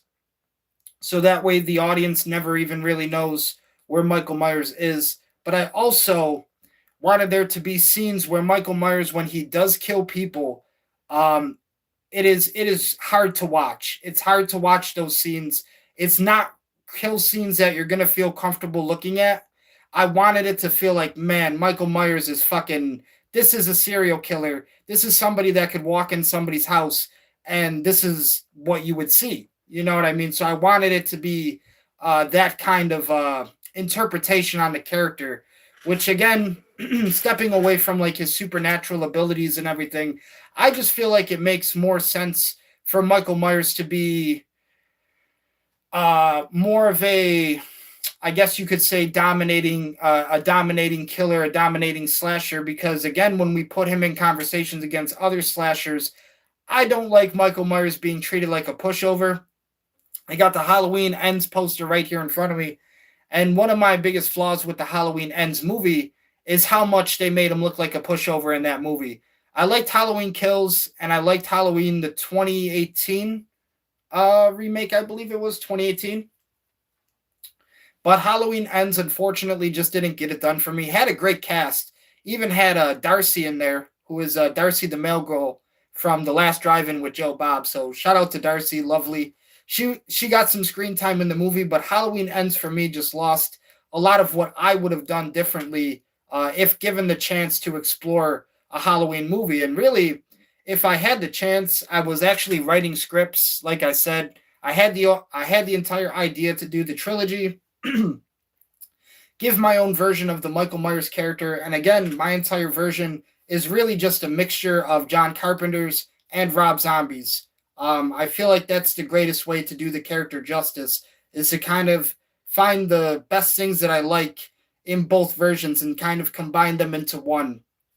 That's kind of, the Michael Myers movie that I've always wanted to see. But not only that, in my versions, I always wanted it to be the story of Michael versus Laurie.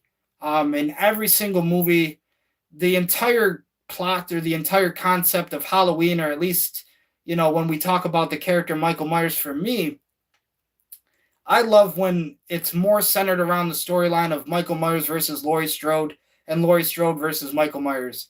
To me, it's Batman versus Joker. It's Freddy versus Jason. These two pretty much exist to kill the other. And the reason they never kill the other, or the reason there's so many movies, is because they can never kill the other. So that's another thing that I really wanted to focus on a lot in my version. I really wanted to capture a lot more of that storyline and that relationship between Laurie Strode and Michael Myers. People will always say, I don't know the fucking idiotic idea that Michael Myers is obsessed with like having sex with his sister or anything, and that's why he's crazy. I always wanted my version of Michael Myers, like the reason he's actually like crazy or insane or whatever.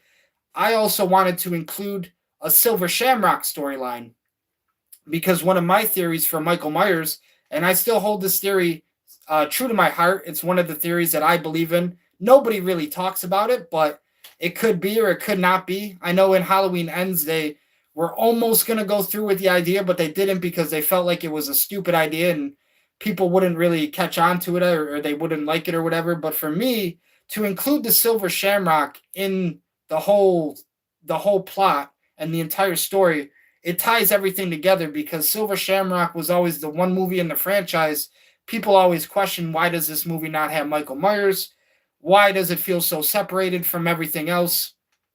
Now, it ties everything together, because my theory has always been the mask that Michael Myers wears is created by the Silver Shamrock Factory. If you watch Halloween 3, Season of the Witch, you see the effects that the masks from the Silver Shamrock Factory have on whoever wears it. Just the Michael Myers mask is a little bit different. This mask is very different. It's fucking special. It's unique. It's rare. It might even be one of a kind, if you will. I wanted to develop that kind of story in like my Michael Myers movies. And, the Silver Shamrock, they made the Michael Myers mask, and Michael Myers, when he wears that mask, it's the reason he becomes the person that he is. And he's kind of supernatural and unstoppable killing machine. He's fucking insane. He just has a lust for blood.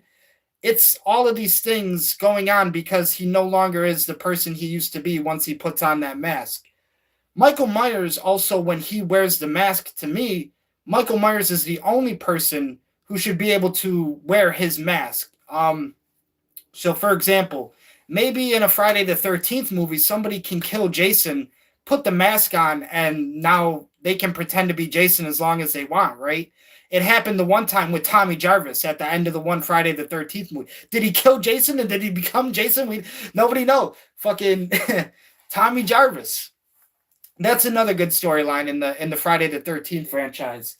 But it's essentially like once Michael Myers has his mask, it's like Thor with his hammer. That's the way I like to look at it. If somebody else tries to put on Michael Myers' mask, or if somebody else tries to be Michael Myers or imitate Michael Myers, it's not going to have the same effect, and they're not going to be the same person. I wanted to incorporate all those things in my movies because, again, when I see things like Halloween Ends and the way I guess they tried to come up with the storyline of passing the torch and coming up with a new Michael Myers, or this guy kills Michael Myers and now he's the next one to wear the mask or whatever, I just thought it was very poorly and sloppily done. Not really my favorite way that they handled the Halloween Ends movie. But if I had my way to do a little bit of a trilogy or even just a movie, I would want to incorporate a lot of those things in it. Again, I hate when I'm watching the movies and they don't feel like classic Halloween. I know John Carpenter has always felt that way too. Like that's been a lot of his gripes with the franchise as well. Is when he watches them, he feels like it's not a lot of the things that he would have done or true to the original concept of the character or whatever. We are back in Buffalo after first intermission. It is period 2, ladies and gentlemen, and a fresh 20 minutes on the clock for the second period. The Buffalo Sabres still down 2 goals. But I really would have loved to have the chance to be able to make that happen. But again, guys, I don't have the money to hire actors or even pay actors and to do a lot of the things necessary to make a movie happen. So it's a little bit hard right now for your boy. It's a little bit hard right now, but maybe one day, obviously, maybe one day. I don't know if we'll ever do like the Halloween stuff, obviously, with the Halloween fan film and Michael Myers, but it's an idea, and I always have ideas, and I always think of stuff. I thought that might have been like a cool way to kind of get my foot in the door and show people at least some of my ideas and a little bit of my creativity. Especially for a character and one of the franchises that I love very much, like Halloween and Michael Myers. But I thought it would have been cool to kind of like that be the first thing that kind of gets my foot in the door, making movies and stuff, just to do a little fan film. So it's not too much for me to handle, but I know with the right care and treatment behind it, I could do it the right way. I know at one point they wanted Quentin Tarantino to make a Halloween movie, and he kind of turned them down, but that would have been fucking really great. So I feel like my versions would have definitely been with a lot of that Quentin Tarantino style, and again, a lot of the things that I'm saying where it's like a mixture of the Carpenter and the Rob Zombie stuff. Montreal still has a power play going for them with 5 seconds left. And the power play is now pretty much depleted for Montreal. Buffalo Sabres penalty killers do the deed. Chaotic on the kill for Buffalo, but they got the job done. A gutty effort there by Beck Ballantyne. A little chaotic on the penalty kill right there, but got the job done for the Buffalo Sabres.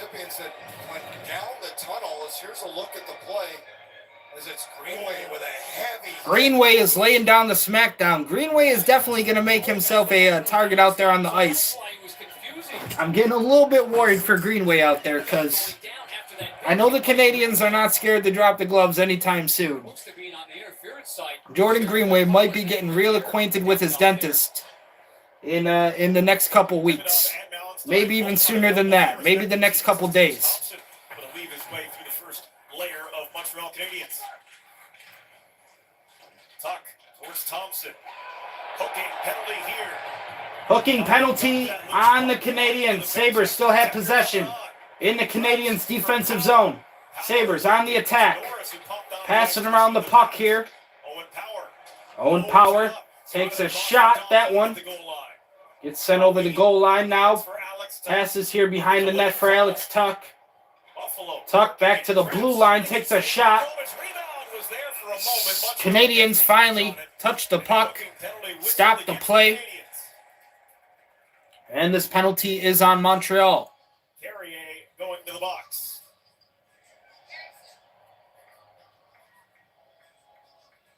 Some Montreal Canadiens think that call is bullshit. They had some words there for the referee. Apparently, Rob Gronkowski is in Buffalo, ladies and gentlemen. Rob Gronkowski's very own Buffalo. Rob Gronkowski at the Sabres game. Interview with Jackie. Game 2. It seems like every time the Sabres have a celebrity or a famous person in attendance, we play like shit. I don't know what the fuck it is. I don't know what has cursed us to play this way in front of celebrities and at these big-time moments on national television. But the boys absolutely choke it on the ice when we got any kind of celebrity or famous person in the stands. And I'm not talking fucking internet celebrities. I'm not talking no YouTube personalities. I'm talking actual... Rob Gronkowski's won Super Bowls, okay? We've had Josh Allen at games, and they have lost in front of this man. I attended the game with the Bruins. Benny the Butcher was in attendance. I got to have a video with Benny. Benny didn't even know I was there. Couldn't even go up. I could go up to him at any point, but I chose not to. I felt like that wasn't the professional thing to do. I didn't want to fucking make it about like, hey, can you sign me for $1 million today? Can you not? Let me get the $1 million record deal. Wasn't about that. But I know when Benny was there, we did lose that game to the Boston Bruins as well. I do want to confirm, though, so you're not a Bruins fan, you're a Sabres fan. Well, I've been a Sabres fan. He has been a Sabres fan his entire life. It is confirmed now. Sabres going to work here. Gronkowski talking about how he became Bruins fans and Lightning fan over the years playing in those cities. But Rob Gronkowski is in Buffalo, New York for the game. Thank you for the time. Thank you for calling out Biz. That clip is going to go everywhere. And the boys are actually set up in the ozone, so we're going to toss it back to you. No game. No game. Jackie, I heard that Gronk had a good wrist shot. Jackie Redmond interview with Rob Gronkowski in attendance for the Sabres game. But yeah, it seems like anytime we get a celebrity or anybody famous in the building to watch us play, the boys just never show the fuck up when we need to. Second period, 15 minutes, 54 remain. Buffalo power play, only 32 seconds left. Dahlin has control of the puck here. Sabres still a chance on this power play. They got Rob Gronkowski in attendance. We got Ryan Miller in attendance. Thousands, possibly even millions, ladies and gentlemen, millions watching around the world for the Sabres and Canadiens hockey game. But we can definitely confirm Rob Gronkowski and Ryan Miller in attendance in Buffalo, New York. Good hit right there behind the net of the Montreal Canadiens. And the Canadiens turn it right back on the Sabres with a goal right down the ice after that hit. After that brutal hit, the Canadiens get it right back down the other end of the ice. And it is just Alex fire under. It is just Alex lying under fire right now in Buffalo. They look like the Montreal Canadiens were running out of real estate. There's the play. Good hit right there behind the net. Zucker. But Canadiens just had a step on the puck. And Dahlin was right there. Like I said, Dahlin does not play defense, guys. Dahlin does not play fucking defense anytime. This man does not need to call himself a defenseman because he clearly wants to score fucking goals. He is not playing defense out there, especially when we need him to.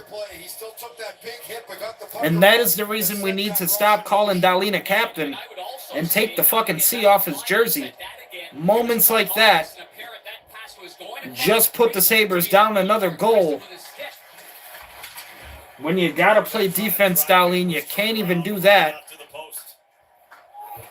Newhook, the only Montreal Canadian with a Stanley Cup ring. And it is the Sabres goaltender under complete fire as the Canadiens lead 3-0.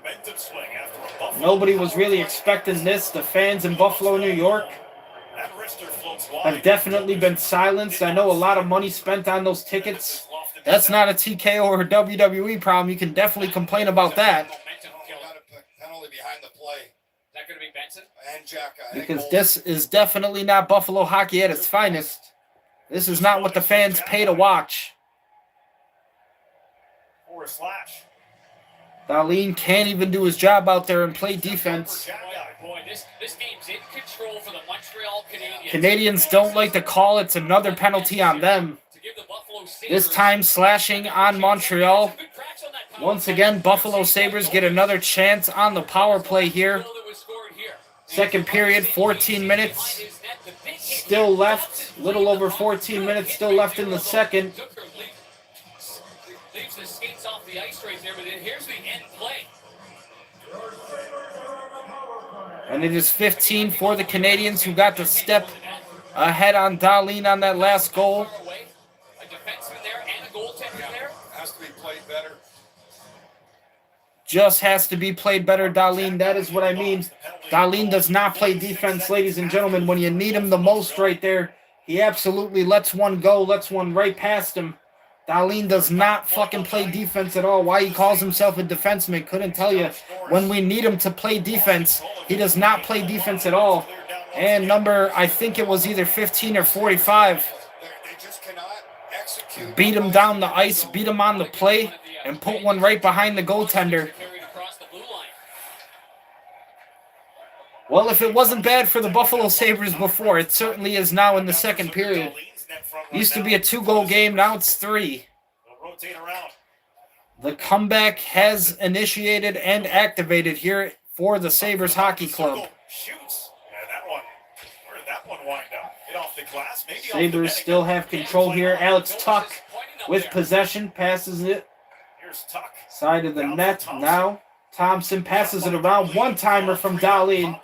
That one waved off. Like I said, Dahlin, you got to stop playing like you want to score goals and start playing like you want to stop the other team from scoring goals. Norris. Now down for Dahlin. Carrier. Knocked down. Now, ladies and gentlemen, it is the Sabres who keep the puck in play here. Tage Thompson lost it. And the Canadiens defensively clear it. Tage Thompson and his line get off the ice, go for a change. Tage Thompson really upset. Clearly upset as he gets off the ice and goes to the bench. New line out there for the boys. Trying to at least get one back on the board here. As the Sabres are still munching on them Timmy Hose from the locker room. Somebody ordered them Tim Hortons, and that wasn't the right move. These boys shouldn't be eating Tim Hortons before the game. We need a bucket of chicken wings, damn it. Going down the right side, Jack Guy is on the ice now for Montreal as they're at full strength. Another thing too, ladies and gentlemen, I absolutely hate coffee. I've had it before, but the thing that I hate about coffee is when people say they need coffee to wake up. I don't agree with that. I think I just wake up because God wakes me up. I think I just wake up because my body wakes up normally and naturally. I don't need coffee to wake me up. I'm already up. If I wasn't up, I would not be breathing. I would not be alive. So I don't think I need to be up. I don't think I need coffee. Tim Hortons, I don't need to give them money. I don't need to spend $1 or anything on coffee to feel like I'm awake when I'm already awake. So that is why I don't drink coffee, because people always like to use it as an excuse that they need to wake up. And then by the time he picked it up, the play was offside. I'm more of a hot chocolate kind of guy. Hot chocolate, cup of hot cocoa. First career 2-goal playoff game as the Habs up Right now, Buffalo Sabres, they've been too occupied with the Tim Hortons in the locker room. Big donut hole on the board for the Buffalo Sabres, still in the second period. Last goal, Montreal Canadiens got it right past Dahlin, captain of the Buffalo Sabres. Why Dahlin is the captain of the Buffalo Sabres when teams can get away with shit like that? I couldn't explain it to you. But that is what happens when we have coaches and managers and staff who want to put the C on Darlene's jersey. Shit like that happens because Darlene doesn't play defense. Calls himself a defenseman, just doesn't play defense. I'm still trying to figure it out myself, ladies and gentlemen. Getting help is easier than talking yourself out of it.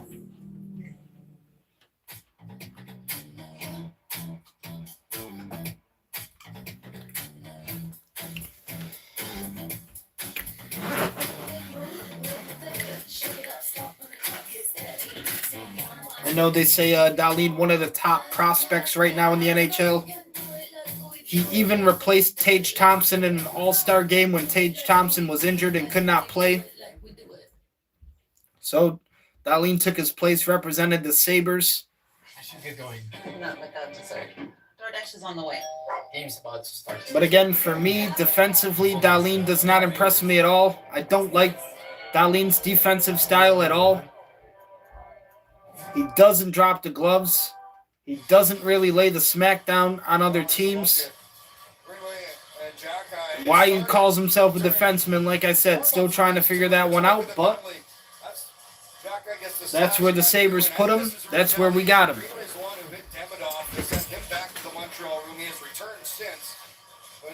And the Canadiens are just chipping away at Greenway every time he's out there on the ice as well.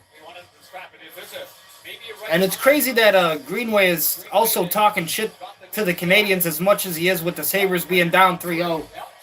That's another thing that you really have to take characteristic-wise on Greenway. I don't like to see that personality and characteristic-wise.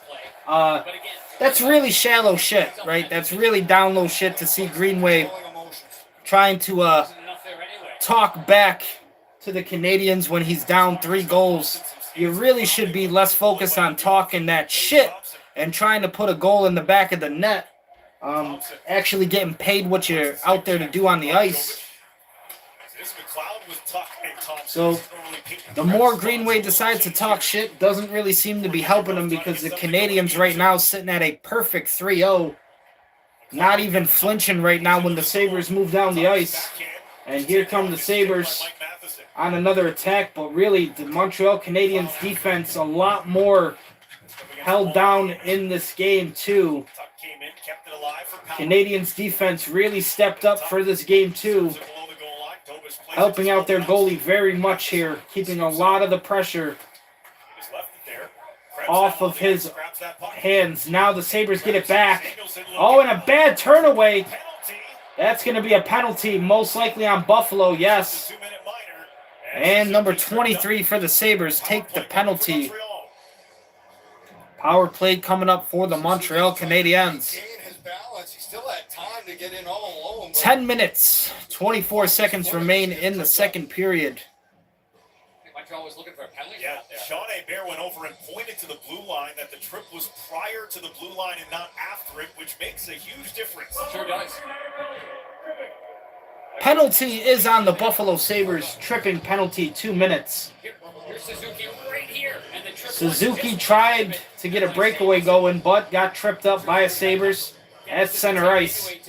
Captain for the Canadiens, Suzuki almost had a breakaway attempt right there. Boy, could they put a rusty dagger in this one here. And now, Sabres down a man. Penalty kill has been good. Change momentum of the game. Change up here at the face-off. Greenway about to take the face-off. You know the Canadiens would love to get their hands on him at this point, especially. Power play unit out there for Montreal, and this one gets sent out of bounds. And now another face-off in the Buffalo zone. Return to the lineup is so necessary for Lindy Ruff and the Buffalo Sabres. I don't really like all the emotion I've been seeing out of Greenway tonight. Quite a factor, right? The Sabres have had trouble getting set up on the power play, haven't been able to start. They can't win a draw in the O zone, and then defensively it led to one of the Montreal goals earlier. And now, ladies and gentlemen, Sabres do win the face-off in their zone, but they lose it to the blue line. Canadiens get it back, take a shot above the red line. The red dot, I should say. Now Canadiens passing it back. Still on the attack, Montreal. They go back to Suzuki. Slavkovsky in the low slot.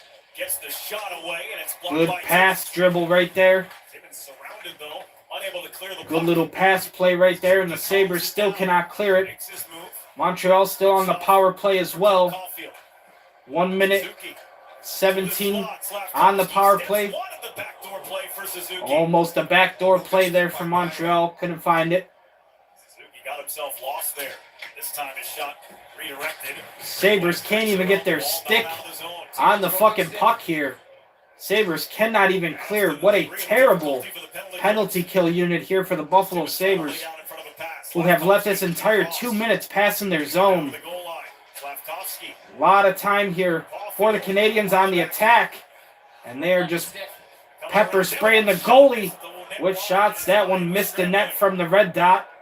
Montreal still has the puck. In the second period, making it awfully difficult for Buffalo. Can't even get a new 30 seconds still on the power play for Montreal. Buffalo have not even got a fucking stick on it.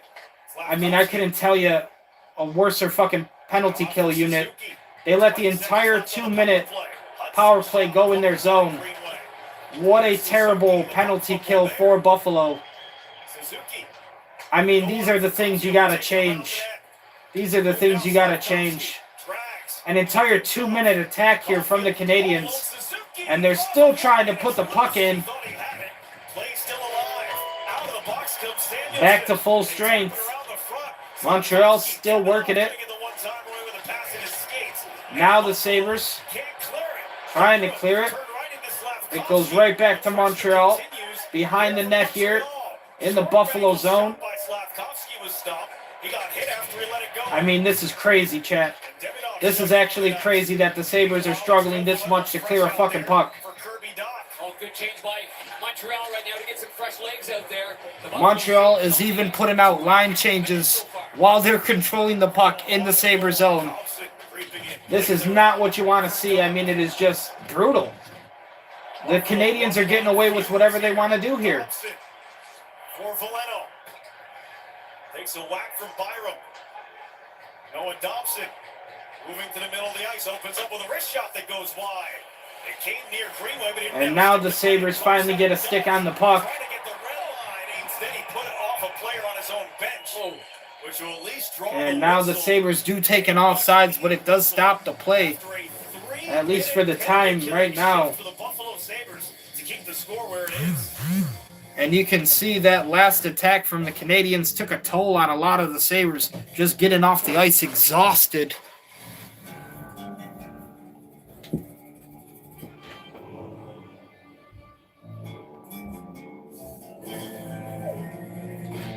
We ride. Welcome to take 5. A diesel oil change doesn't have to be a showdown with your schedule. Well, like I said, Just go to take 5. To stay in your car. game defensively, Dahlin has not shown up for the Sabres. Taco Bell's lunchboxes. Why they call this man the Buffalo Sabres captain, I do not know. Calls himself a defenseman. When we need him on defense, nowhere to be seen. Dahlin allowed the last goal. Last goal got right past Dahlin. Again, captain of the Buffalo Sabres. Couldn't tell you who made that decision. But when we need Dahlin to play defense, he can't even fucking do that for us. Greenway, way too focused on running his mouth out there other than playing the game. And that's another thing that I hate seeing. Greenway the whole game been running his fucking mouth instead of trying to put a goal in the net for the boys. Get next level protection with NextGuard Plus. Canadians so far, they've done everything right. Montreal Canadiens playing this game right now in their pace, just the way they like it. Celebrate every day for just $6 with the IHOP value menu. At this rate, this thing could go to the third period, and it could all be in the close for the Sabres, as another game could get added to the schedule if the Canadiens tie up the series after Game 2. Just a special player. I mean, he's got an engine, he's got hockey sense, he's got an alertness about him. And boy, did he start this game on time. But if this game was over after this period, that would be the story, a tied series with Montreal coming into the enemy territory. Hostile crowd in Buffalo, but they do have a lot of fans coming over from Montreal, which is nice to see. And you know, too often you get talking just about the one side of his game because it's so dynamic. Seeing a lot of red jerseys out there for the Canadiens tonight. So they got to be very happy with how this game has played out for Montreal, who currently lead 3-0. Like I said, somebody in the Sabres locker room had the wrong idea tonight of putting Tim Hortons in there. You got to get that shit the fuck out of there, because the boys got a big donut hole right now on the scoreboard. And the Canadiens just continue the attack here with time of possession on their stick. Sabres get it back at the blue line. Good pass. Alex Tuck takes a shot, couldn't find it. Good opportunity right there for the Sabres, just couldn't capitalize on it now. That has been the story a lot here for the Sabres as well. When they do get opportunities, a lot of the shots have not had accuracy behind them. The boys have to be able to take shots at the goalie and have to make that goalie feel a little bit afraid, because everything that the Sabres have been taking recently just cannot even hit the net.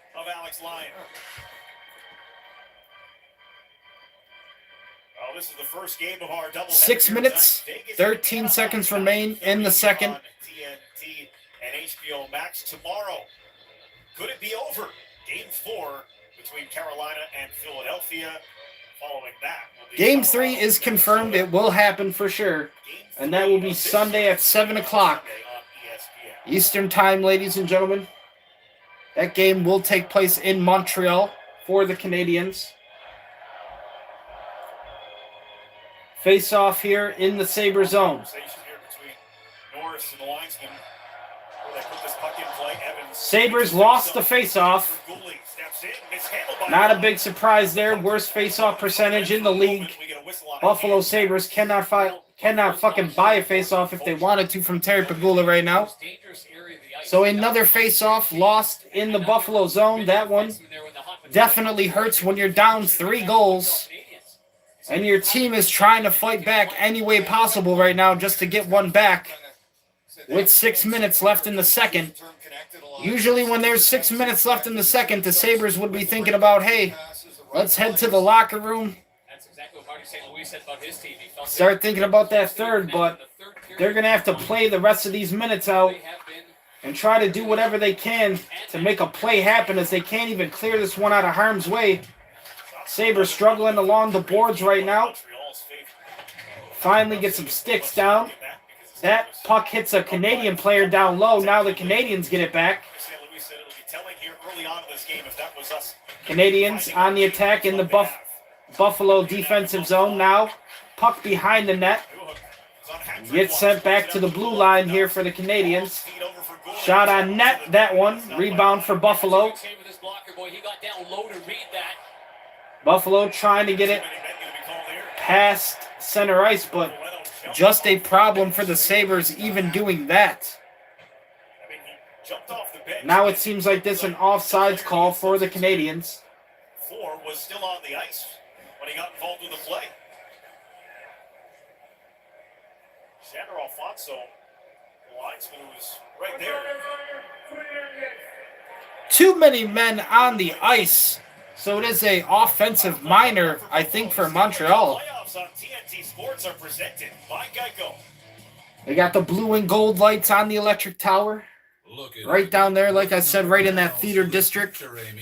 Downtown Buffalo. Shays, Scene 1 Entertainment. Very happy to have my mom back into the movie theater, working where she belongs. Hopefully she can just retire there. That's kind of the plan. So maybe like another 4 or 5 years, and then she'll be in retirement, and then it'll all be said and done on the career for old Mom Dukes. Oh, yeah. You two have a podcast and everything. Awesome.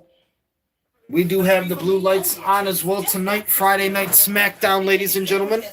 For all the wrestling fans watching out there. Chili's just out here dominating fast food again. Yeah, that tracks. This Chili's 3 for me is the best $10.99 you can eat. I guess that's one thing we could talk about as well, too. I do know that they have had a lot of talk. I know there's a very popular Latina luchador out there. I think her name is Catalina. Very great Latina luchadora. She is on the rise as well in popularity and coming up in the independent circuit. I think she's even had matches with Stephanie Vicaire. But I do know that they have said recently, I think Blake Monroe from NXT has been signed to the main roster. So I think Blake Monroe now on SmackDown, which Blake Monroe, formerly in AEW as Mariah May. But definitely could see some interesting things playing out between Blake Monroe and Tiffany Stratton for that Women's United States Championship for sure. Personally, I didn't really like how they took the Women's Championship off of Jade. If anybody watched my WrestleMania video, I really wanted Jade to beat Rhea Ripley. Because for me, the story that I would have liked to have, I just hate that right now Rhea is like the most dominant thing on the women's division. It seems like anytime she's in any kind of a match, booked in a match, the other person is the underdog. So I really would have liked to have Jade win over Rhea, have her still be the champion, and at least have some kind of a rivalry develop to where it's like, hey, Rhea isn't just the most dominant thing on the roster. Jade can actually give her a problem. But apparently the WWE and TKO didn't feel that way at WrestleMania, so Jade did lose the championship, unfortunately, which I didn't like. But it happened. Which for me, like I said, creatively, now it's like we have Liv Morgan and Rhea Ripley as our women's champions again, which is great. I like them both. But taking the title off of Jade and, again, having this whole gimmick and this concept behind Rhea where, like, nobody can even really touch her on the roster, I just don't really like that. I at least would like there to be some kind of a rivalry between Jade and Rhea with a purpose. And I feel like that purpose would have been, hey, Rhea, at WrestleMania, you can't fucking beat Jade. So kick it to Zucker on the entry. Zucker. I do know recently a lot of NXT have moved up to the main roster, so that's good. 4 minutes left in the second period, ladies and gentlemen. Buffalo still on the power play with 35 seconds left on the Buffalo power play for the Sabres. Dump it back. Center ice now, move it over the blue line for Buffalo. Here's a pass across towards McLeod. Pass goes to McLeod here for the Sabres. A little bit of tic-tac-toe pass in here. Now, Sabres side of the net.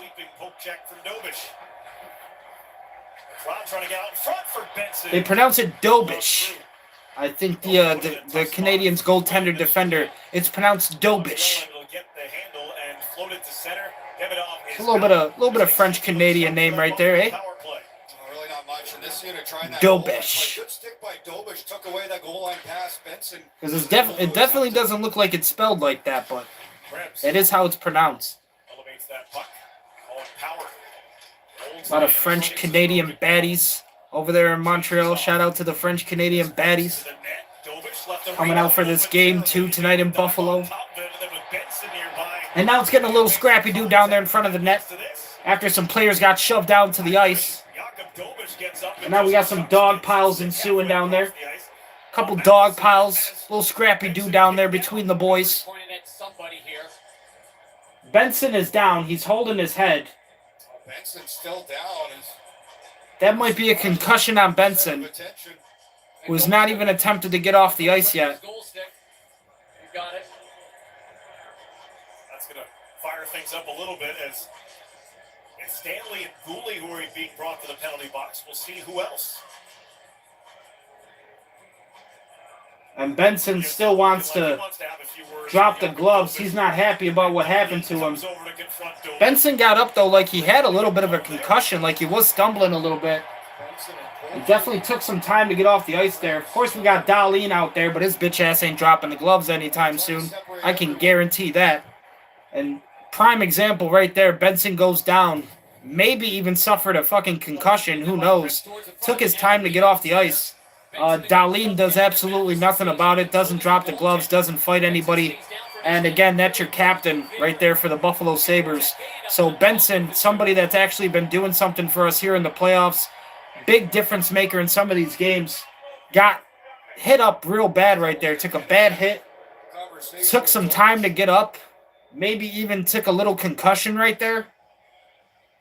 And Duane does absolutely nothing about it. The things you hate to see out of the boys. Well, here's the cover by. I think Benson maybe tried to do something while he was down, trying to find. And it was the goalie who actually hit Benson. Gets a shot in, not happy. Maybe this would be the best. Benson falls in front of the puck, but then the goalie kind of just decides to take some shots at him.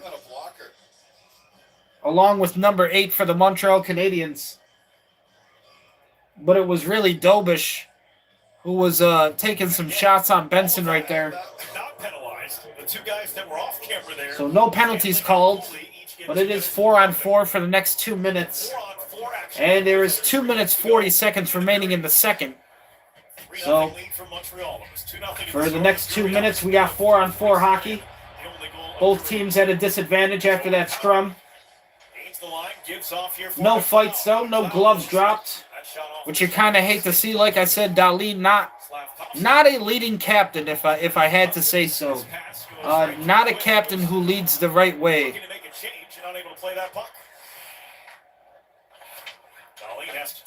Duane just doesn't play Buffalo-style hockey. I hate Duane's defensive style of play. Like, he definitely plays more like a two-way forward, where he definitely wants more goals. But defensively, I just do not like his style of play. Maybe even one of the worst captains I've seen in Sabres history. Yeah, he is not had any success carrying that into the zone. 30 seconds left on the 4-on-4. You can see why it'd be frustrating because he's not used to that. He's one of the best in the business at transporting and getting it in there. Canadians just continue to take time off the clock here in the second with 1 minute 30 left. That pass shifted right in front of the goalie crease. Now Canadians continue to get some shots off, a couple rebounds. Sabres get it back. That pass goes off a skate. The first time he's ever scored 2 in a playoff game. And lost there at center ice. Sent down by the Canadians. Line steps out of the net, slows it down. Sabres trying to go for a line change now. Get the game back in their pace. But he's had a couple of good blocks on the D side of it as well. 5 seconds remain on the 4-on-4. Final minute of the period. Final seconds of 4-on-4. And both teams now at full strength. Back to 5-on-5. 6 versus 6 if you want to include the goalies. And Benson skating behind the net. Great plays right there for the Sabres. Benson trying to make something happen. Now, good goal right there for the Sabres. On a beautiful rush. Good shift right there from the Benson line. Benson, like I said, a good game changer right here for the Sabres. And his line gets their job done.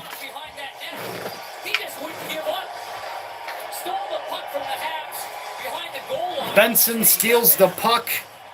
And it is a Buffalo Sabres goal for the Sabres, ladies and gentlemen. So now the Sabres show some signs of life. Benson absolutely going to work for the Buffalo Sabres on that last goal. You love to see it. Steals the puck behind the net. And then he ends up in front of the net. Rebound goes right to him. Right place, right time. Benson credited with the goal for the Buffalo Sabres. Nice goal. Benson, somebody we definitely got to be thinking about keeping a contract in Buffalo. And ain't that the truth? The Buffalo Sabres finally get a little bit of a encouragement boost right there. Headed into the locker room. 10 seconds left in the second period, ladies and gentlemen. The Buffalo Sabres do get a goal back in the second. Thank you to Zach Benson. 20 years old, gets his goal here in a playoff game against the Montreal Canadiens. So the Sabres do fight back. Ladies and gentlemen, Second intermission coming up. Third period also coming up. What could be the final period of the game, unless the Sabres want to fight back, try to tie things up, possibly take it to overtime. Who knows? A lot of hockey still left to be played.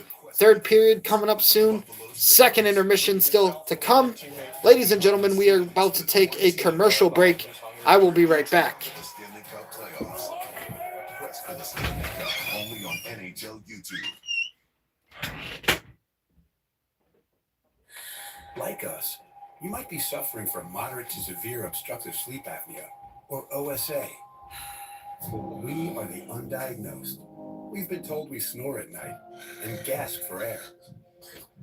Daytime sleepiness is a drag, but we still have people who count on us. And we're more than just human beings. We are humans being. OSA is a chronic condition tied to breathing interruptions and oxygen deprivation during sleep. You're undiagnosed? Talk to your doctor about OSA. Let's keep being humans being.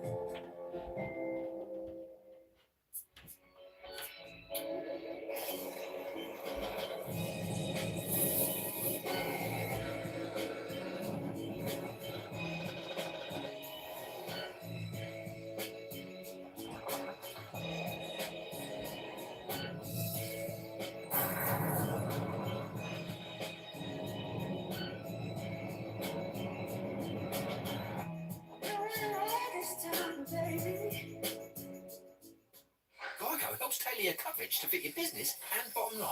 So, Greg, how good does it feel to save on your commercial auto insurance with Geico? As good as having a great hammer. You can't touch this. Stop. Hammer time. Break it down. You just put it up. It feels good to get your savings on. He's very helpful.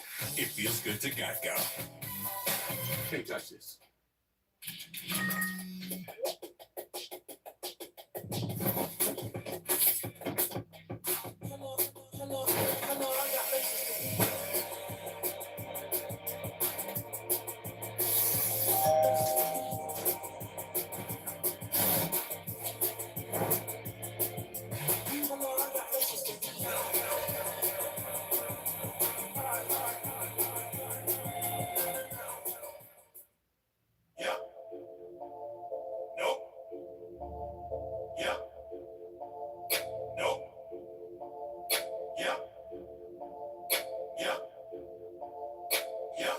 Everybody got choices.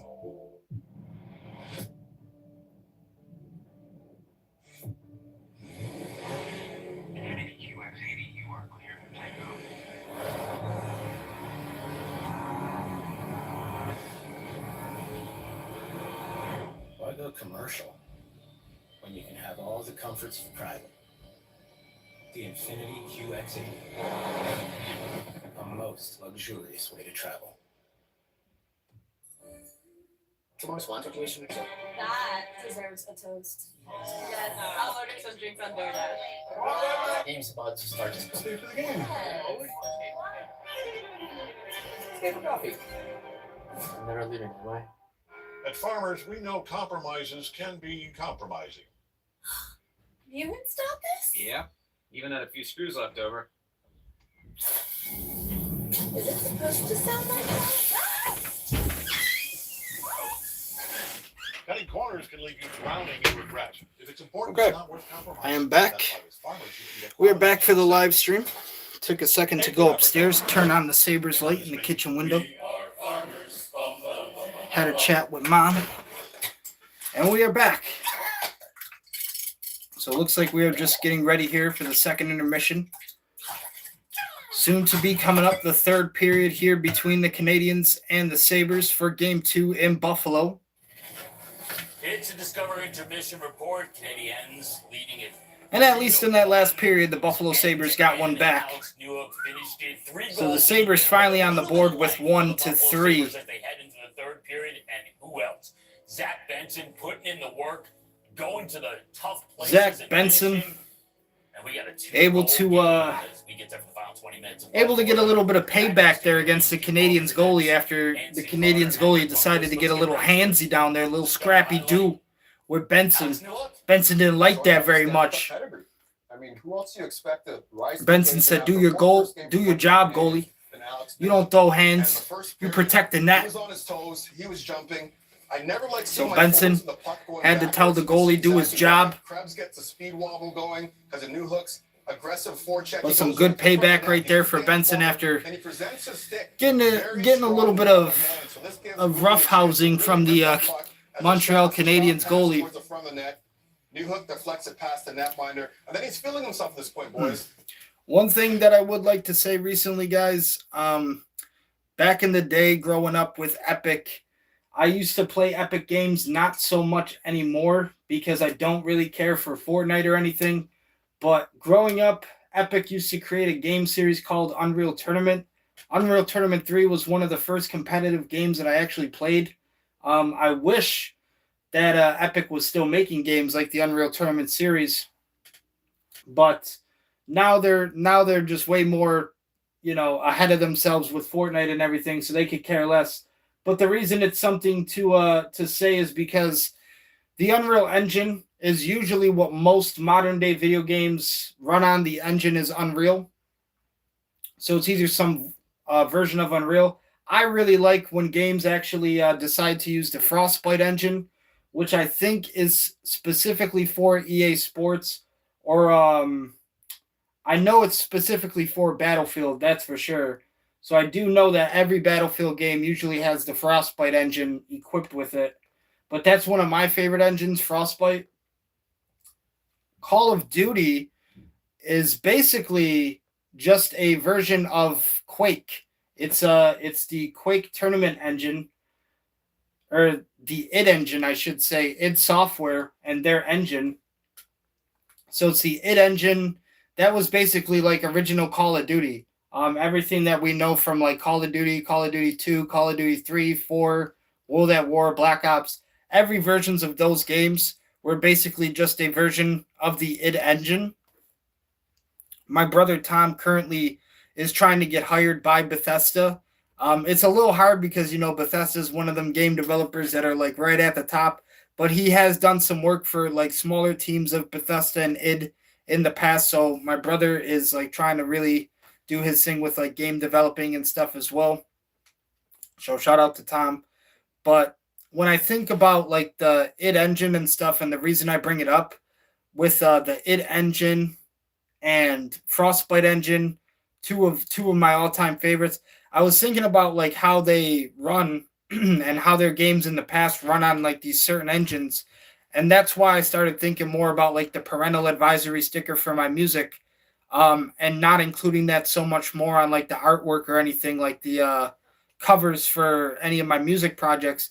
I basically started thinking about gaming engines, and basically in the world of game development, every game is going to run on its engine. Like I said, some of favorites of mine is Frostbite with EA for Battlefield. But then if you think about Call of Duty, it was basically just a version of the id Software engine. So it was the id engine, and that's basically what Call of Duty ran on. But I think about all the previous iterations of that, and I was like, damn, how could I equip this idea with like my music production? And I started thinking, well, on my artwork, I'm just going to come up with like Demonic Stereo 0 or Demonic Stereo 1, Demonic Stereo 2, whatever. And basically those numbers indicate, since it's Demonic Stereo 0, it basically represents the production quality, at least where I'm at in that era of production. So that was kind of like the whole idea and the reasoning behind it. Equipment and gear, it always gets better. Equipment is always, they're always going to be making new stuff. New things come out tomorrow, next year, whenever. There's always going to be better stuff. And technology is always improving. But right now, where I'm at with like my music production and how I do a lot of this stuff, how I make a lot of my songs happen, is very, I guess, untraditional. It's not really the way that a lot of people, I guess, would record their music. I don't really record music the way that it should be recorded, which is it's another thing that I want to do in the future. Is again, once I do get involved with like a really good record label, or if somebody really wants to take the time to do business with me, I'll change up my writing process and everything. That's not a problem.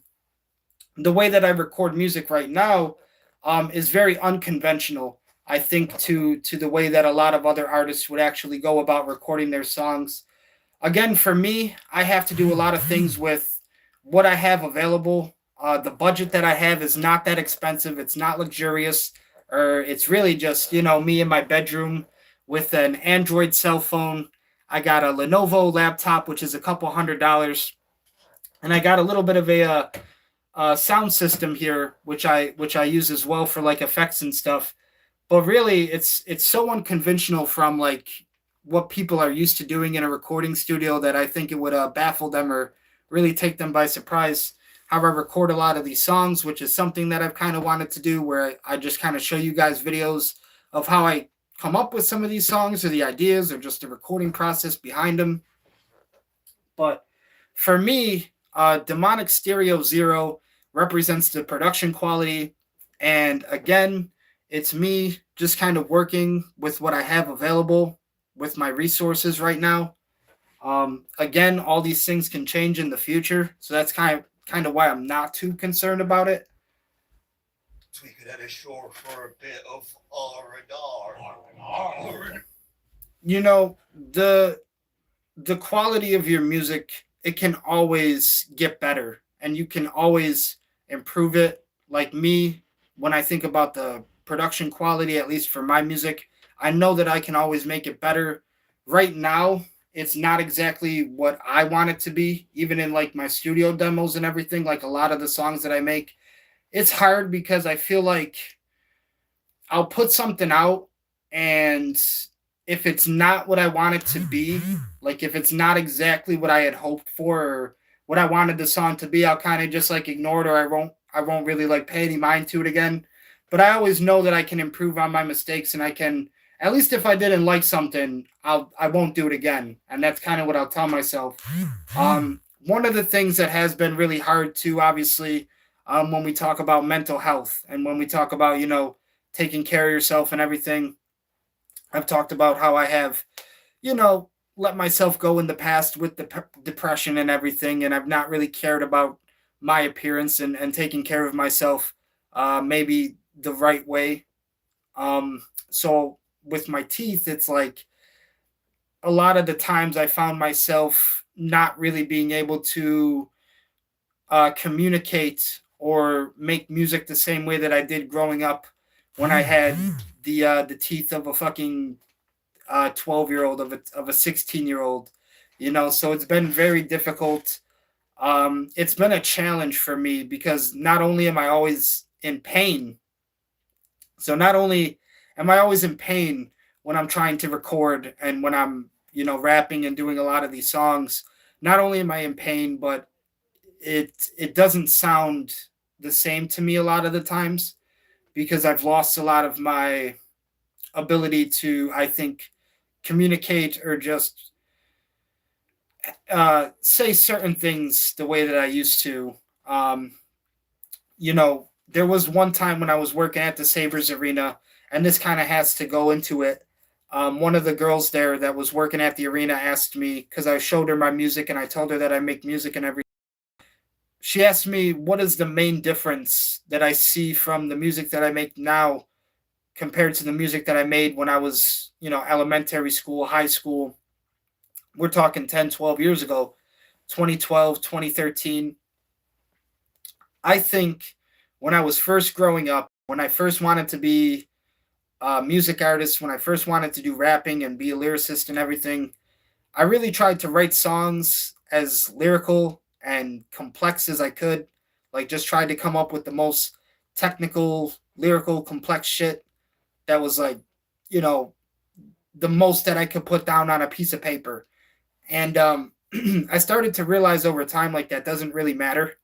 It's cool. It's definitely cool to show people that you can do that and you have that level of skill. But for me, it's not really the kind of music that I wanted to make. And I started to really, instead of focusing, because when I first started, I really thought, okay, well, I'll just show people that I can be so lyrical and I can be so technical in my music, and all my songs are so complex and shit. And again, that's great. But for me, I wanted my music to be way more about it than just that. So I think where I started to change a lot with how I create a lot of my songs or how I write a lot of my songs is I really started to focus more on the stories behind them. And I really wanted to be more of a storyteller. Now, currently where I'm at, I really take pride in my writing and as a lyricist. So I try to always have a lot of my songs have a prime story, like a main topic, a main plot, or at least it ties into everything from like the album and the themes on the album. Everything kind of fits in together, all into like this one perfect puzzle. It's another piece added to the puzzle, essentially. What I've been doing right now with the Jigsaw album, it's kind of just, I would say it's a little bit of a spin-off from what I normally do with the trilogy piece that I'm kind of going for right now. But with the Jigsaw stuff, I really wanted to use it more as a as this kind of, I guess you could say, an album project where I mess around a lot more, experimenting more with hip hop and new metal, and combining hip hop and metal and all of that genre into like one sound. I really like when I'm able to do that. So I really wanted to do like a spin-off kind of like project like that. So that's kind of what Jigsaw is mainly about, is I really wanted to have an entire album or just some kind of spin-off to where I could really focus a lot more on that side of my creativity and at least that sound, as opposed to like, when people just want to hear me do the horrorcore stuff or just rap and everything. So I wanted to have somewhere a little bit more separate from it, but where it still kind of like fit into everything. So I tried to come up with like this whole story and this whole idea behind, the Jigsaw album with the Buffalo Sabres and everything, and hockey and everything, how all these things tie in together. So really, it's been really fun so far with the Jigsaw album. I'm really happy with like the idea behind it and what I've been able to do so far. But even in the future, the main goal is to kind of like expand on that and really just play around a lot more with that concept of just being able to combine a lot of those two genres together, which is something that I love being able to do. Tonight in the Buffalo. We say hello once again, Brendan Burke, Shane 90, Darren Pang with you. So it seems like we are all set, ladies and gentlemen, to get started very soon here for the third period. They want to carry something positive in. You needed a spark to finish the period, and they got it from the guy Panger, who's maybe been their best player in this series. Yeah, there's no doubt about that. I mean, a small guy with a lot of gumption. He now has 5 points his last 3 games and 1 period left to go here. Zach Benson, been a workhorse out there for the Sabres. An absolute workhorse. The Iron Man out there on the ice. The Iron Man on the ice for the Buffalo Sabres. Zach Benson, number 6. And after scoring that goal, he definitely said some shit to Dobish. He definitely went over to Dobish and said, "Hey, buddy, you put your hands on me again. It's going to be a 2-goal game for the Sabres." So here we go, ladies and gentlemen. Third period officially underway in Buffalo, New York. Home ice advantage for the Sabres, who are down right now 2 goals to the Montreal Canadiens, who lead 3-1 in Game 2 of Round 2 of the NHL Stanley Cup playoffs in 2026. The Sabres got a little bit of spark back, a little bit of fight left after that last period, thanks to the goal from Zach Benson. But the defense here for the Sabres still has to hold down the ice. And the shooters for Buffalo, they got to get to work. They got to start knocking them down once they get good opportunities. Now, puck tied up along the boards here. Goes back to Montreal, who dump it down the ice. This one results in an icing on the Canadiens. Between his playing career and being named head coach of the Canadiens, but he was coaching the Connecticut Junior Rangers when his youngest son played for them, and in 2015 at the Brick Tournament in Edmonton, he came across a 10-year-old Zach Benson playing for the BC Junior Canucks. I thought that was something. Showing Marty this picture, and he pinpointed where it would have been. Zach Benson and Martin St. Louis. Oh, yeah. He knew exactly what went on there. Although he doesn't specifically. Sabres win the faceoff in the Canadiens' defensive zone. That was right after his playing career. Jason Zucker with a little backhand jab towards the net. Jason Zucker trying to make something happen there for the Sabres. This puck gets sent out of bounds, stop on the play. For Buffalo, you always wonder, can he carry over that momentum? And a little bit of life here as Zucker gets a good chance off to the side. Sabres still down by 2 goals. Up against that left. But a lot of time still on the clock for the third period comeback. If you're looking for some offense and some spark, you look to the D of the Buffalo Sabres. They've totaled 7 goals. That's second most to Philadelphia. For some reason, the defense out here scored more for Buffalo than actually defending the ice. But that is the statistics from commentary. 7 goals defensively from the Buffalo Sabres lines on defense. Now, this puck gets passed around. That is a shot on goal, which is just kind of slowed down here by the Canadiens. No sweat on that. Sabres get it back. Now moving it past center ice over the blue line. Sabres just trying to work it into that Canadian zone. But struggling to move the puck past center ice so far in this game, as that Canadian defense really holding down the ice here for Montreal. Now Sabres, once again, attempt to move it up. Dump and chase. Hate to see that. That's not going to work it. But Benson is out there for the Sabres. You know he's going to work it. Now, ladies and gentlemen, Owen Power tries to get it back.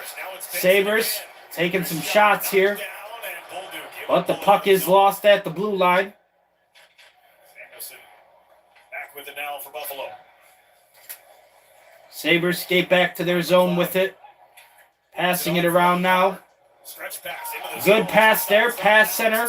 Over the blue line. That was Alex Tuck with the shot on the net. Couldn't get it to go for Buffalo. Now, good shot right there.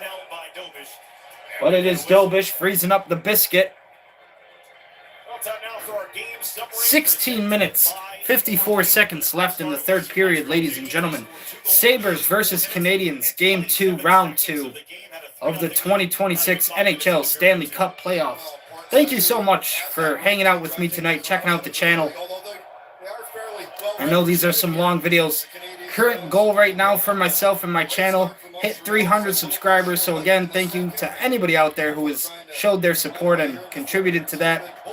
Once I do hit 300 subscribers, gonna think of something to celebrate, something special here to celebrate with everybody. So 300 goals on the horizon, my next goal for the YouTube channel here. After season ticket holders took their cut, the rest sold out in less than an hour to the general public for all 4 potential round 2 games. And most of the red jerseys you see had to pay a premium to get into the building here. So apparently the Sabres tickets sold out for this series. In all the games that were scheduled, a lot of the red jerseys you see in the Sabres arena tonight had to pay premium ticket prices. So even higher prices for Canadian fans who are visiting. And now a 2-on-1 here for the Montreal Canadiens. And score. Goal right there with the numbers advantage. 2-on-1 over the Buffalo Sabres. And of course the Sabres defense not anywhere to be found. It is 4-1 in Buffalo for Game 2, ladies and gentlemen. Casino de Montreal. They are celebrating their hype down there. What a very bad turnover there at the blue line. Canadiens get it right back. 45. I think Carrier for Montreal, 45, puts it in the back of the net. Because of that, they've really fumbled a lot of pucks, and this one is costly for the Buffalo Sabres. Lyon tried to square up with his man, left an entire side of the net wide open, and that was all she wrote. So again, the Buffalo Sabres defense, really the weakness and the main kryptonite in this game, nowhere to be found at all. Very bad turnover right there, which ends up, and I think it was actually Tage Thompson who might have been the result of that last goal for Montreal, which is unfortunate.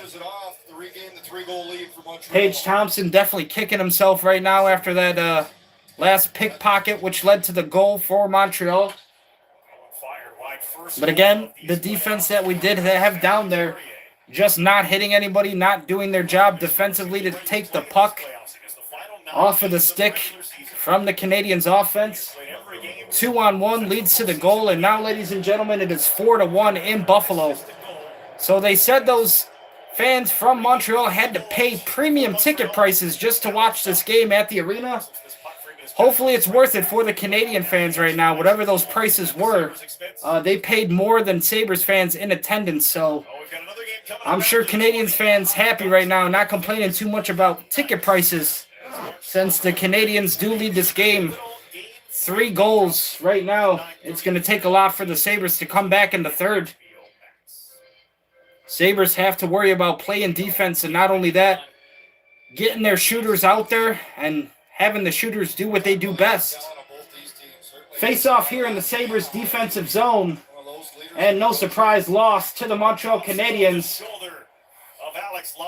That Sabres face-off percentage absolutely terrible all season, and it's showing up here in the playoffs here. Very noticeable in this playoffs. Sabres cannot win a lot of face-offs. Now the Canadiens on the attack once again.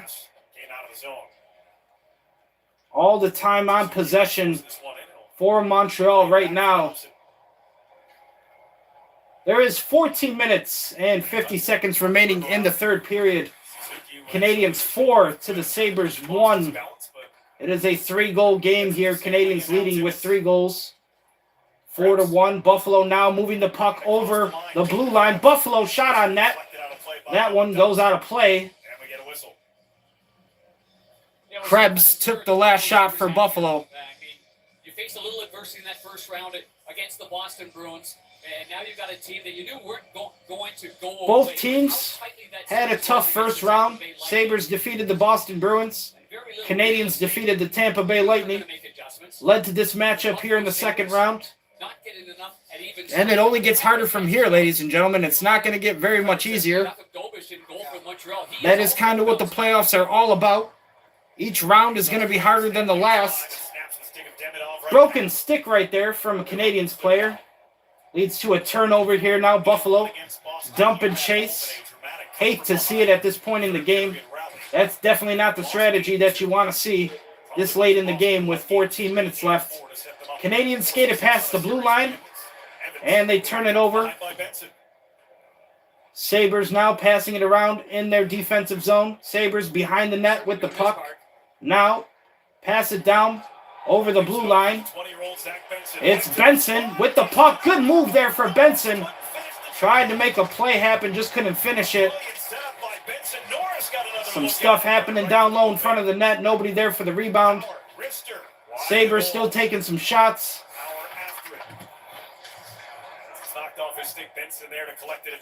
It has really been all Zach Benson here for the Buffalo Sabres in Game 3, but that is not enough against a team like the Montreal Canadiens. As you can see, you're going to need a lot more than Zach Benson, especially at this point in time as the Sabres still down 4-1. But Sabres finally taking some time here on the attack, trying to put some fear in Montreal, but could it be very late in the game to do so? Don't know why the Sabres waited this late to try to start attacking, but what could be very too late now in the game. And now the puck handled behind the Sabres net. Montreal on the attack. Duty here with Montreal. Plays behind for Doc. Doc to Good the spin around the front of the net right there. Good pass to the front. Just couldn't get it past the goalie. Now the Sabres off the rebound. Take it past the blue line into the Montreal defensive zone.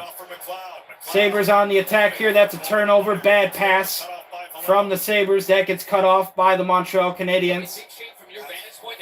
Sabres get it back in their zone. And a little bit of a line change here for Buffalo. Simplified pucks, then they get bodies there. 12 minutes, 20 seconds remain in Game 2. Sabres trying to work the puck now. In the Canadian zone, they get stripped away from it. Back behind the net for the Sabres in their zone.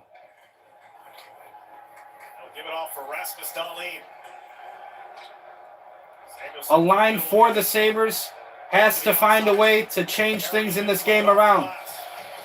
There has to be a line that wants to score a goal right now, and it's most likely not going to be the power play unit for the Sabres. That shot gets blocked down low. Sabres still have the puck, but they're struggling with it. Now they get it past center ice again. That pass a little off mark. Montreal Canadiens get it back with 11:20 now on the clock. An entire minute passed and the Sabres couldn't do nothing with it. Like I said, Buffalo really has to send a line out on the ice that wants to get a goal, and they want to get a goal now. If you want to change things in this game, you're going to need to start scoring goals, and you're going to need to start scoring them fast. With only 11 minutes left, down by 3. Sabres right now playing defense in their zone. Montreal with the puck. Shot on net. Montreal couldn't find it. Sabres defense looking off balance. Sabres defense really off balance. That one got a little bit scary down low. Benson does clear it. Now back into the Canadian zone. This one, fight along the boards, ends back at center ice. Sabres with control of the puck at center. Didn't look like the way they teach it in goalie school, Banger. No, I ran some goalie schools, but... Couple line changes here for the boys now. Alex Tuck, shot directly on net, gets covered up, frozen immediately by the Canadiens goaltender. Sabres got to find a way to get it done, ladies and gentlemen. Only player right now for the Sabres on the board, Zach Benson. Like I said, not going to be enough against this Montreal Canadiens right here in Game 2. You're going to need a little bit more than that right now. But it's a very big challenge for the Sabres, who not only have to play defense, but also try to come back in one period. Much easier said than done.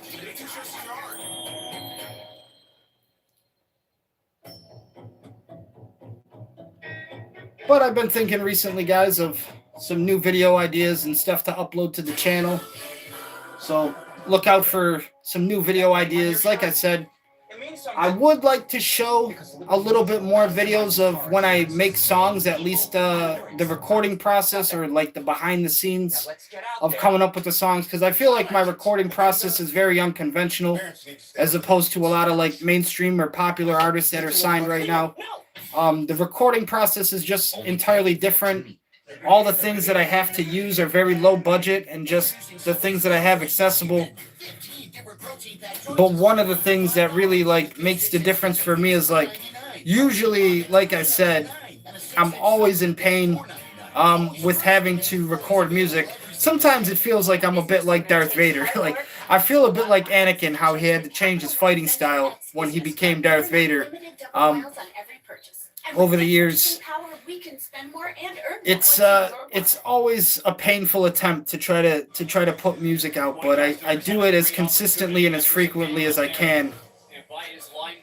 Benson, they barely stay on side. Now the cutback move right here, and Benson waits, puts it on the backhander, and it just goes. But it's definitely felt like I've had to adapt over time to a lot of my restrictions and limitations. I mean, a few of them going to the wrong side here with taking it out on their sticks for Thompson after the carrying goal, and for Norris, boy, what an opportunity for him. Buffalo Sabres players clearly becoming frustrated, taking a lot of their frustration out on the sticks, which has become noticeable by commentary.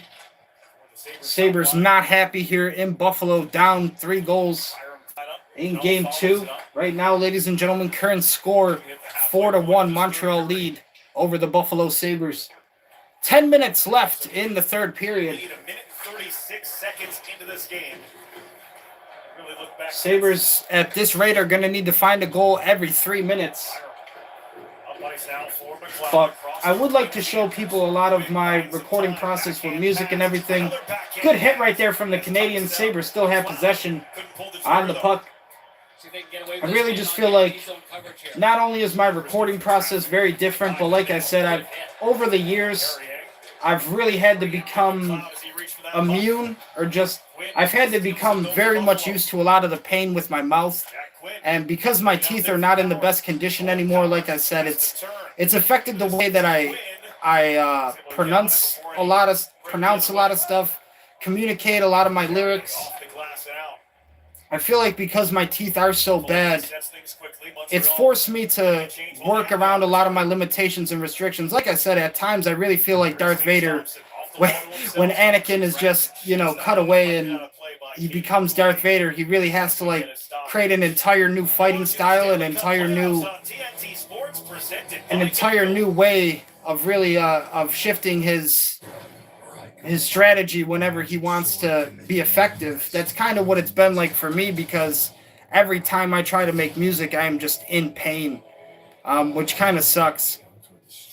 I've always said, if I ever have rapper money, and I know this sounds stupid, please don't hate me for it, ladies and gentlemen, but if I ever get my hands on some rapper money, I'm definitely going to invest in some teeth and fix my teeth up, and I want vampire fangs. I know that sounds stupid. I'm a fan of gothic horror. I'm a fan of horror movies and vampires, so I want vampire fangs. And the only way I'm going to get them is if I ever get rapper money, but maybe if I can ever fix my teeth up and make it happen. But that's just a little want in life. Not necessarily a need, just a want. Get 0.9% APR. Plus current But it really has become like this challenge of trying to adapt more to the things that I can't do so much more anymore. Step into summer with fresh grilled chicken, spicy chipotle peppers, and the perfect touch of pure honey. Open the summer with Chipotle Honey Chicken. It's taking heat and sweet to a whole new level.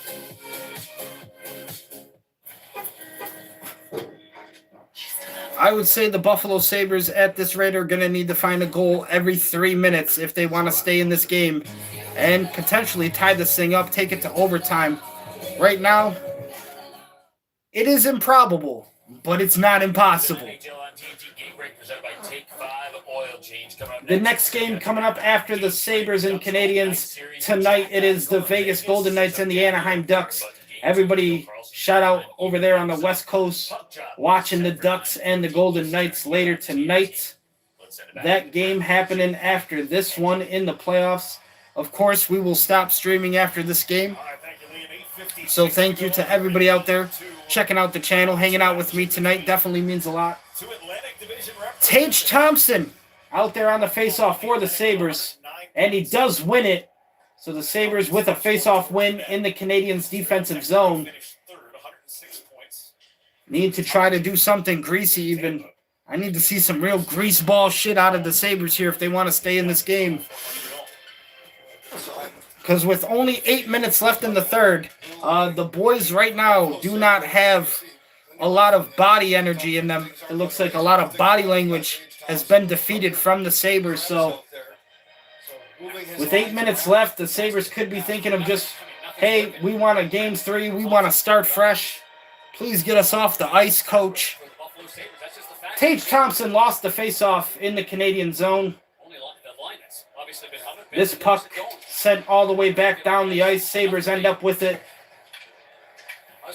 And the Sabres dump and chase it. Not what you want to see here, but Duane, good toe drag there. Shot on net. Gets sent back to the front. Now Zucker shot on net. That one can't find The goalie. Puck slowed down here by the Canadiens. And the Canadiens goalie is just stepping out of the net. He's not even worried about it at this point. Now a 2-on-1 again for the Canadiens. And that time it's choked. Bad 2-on-1 there from the Canadiens, who had a good look on it. Alex Lyon under all the fire as he is forced to freeze the biscuit right there with 7:57 left in the clock. Good saves here. Battling to show that this deficit in this hockey game isn't phased them here. It's a pinch down low by Samuelson, which you're going to expect. Well, Buffalo's got to be aggressive, so they're going to end up from what I'm seeing out of the Buffalo Sabres right now, ladies and gentlemen, and I've watched a lot of games where they play like this, that body language is telling me they just want to get off the ice right now. They're saying, please, coach, take us off the ice. Get this fucking game over with and just give us a game 3, a fresh start in Montreal. The Buffalo Sabres right now could just be thinking defensively. Just take whatever 7 minutes are left off the clock. Sabres win the face-off here in their zone. Now on the attack, center ice past the blue line. Benson gets the puck past the blue line for the Sabres. Now shot on net. That one, not controlled by the goalie, goes all the way back to the Sabres zone. Well, ladies and gentlemen, it does not look all that great right now for the Buffalo Sabres. Looks like after this game, we're going to be tied up with Montreal 1-1 in the series. But keep it going for all I care. I mean, the longer the series goes, the more we get to hang out and upload. So it's all good in my book.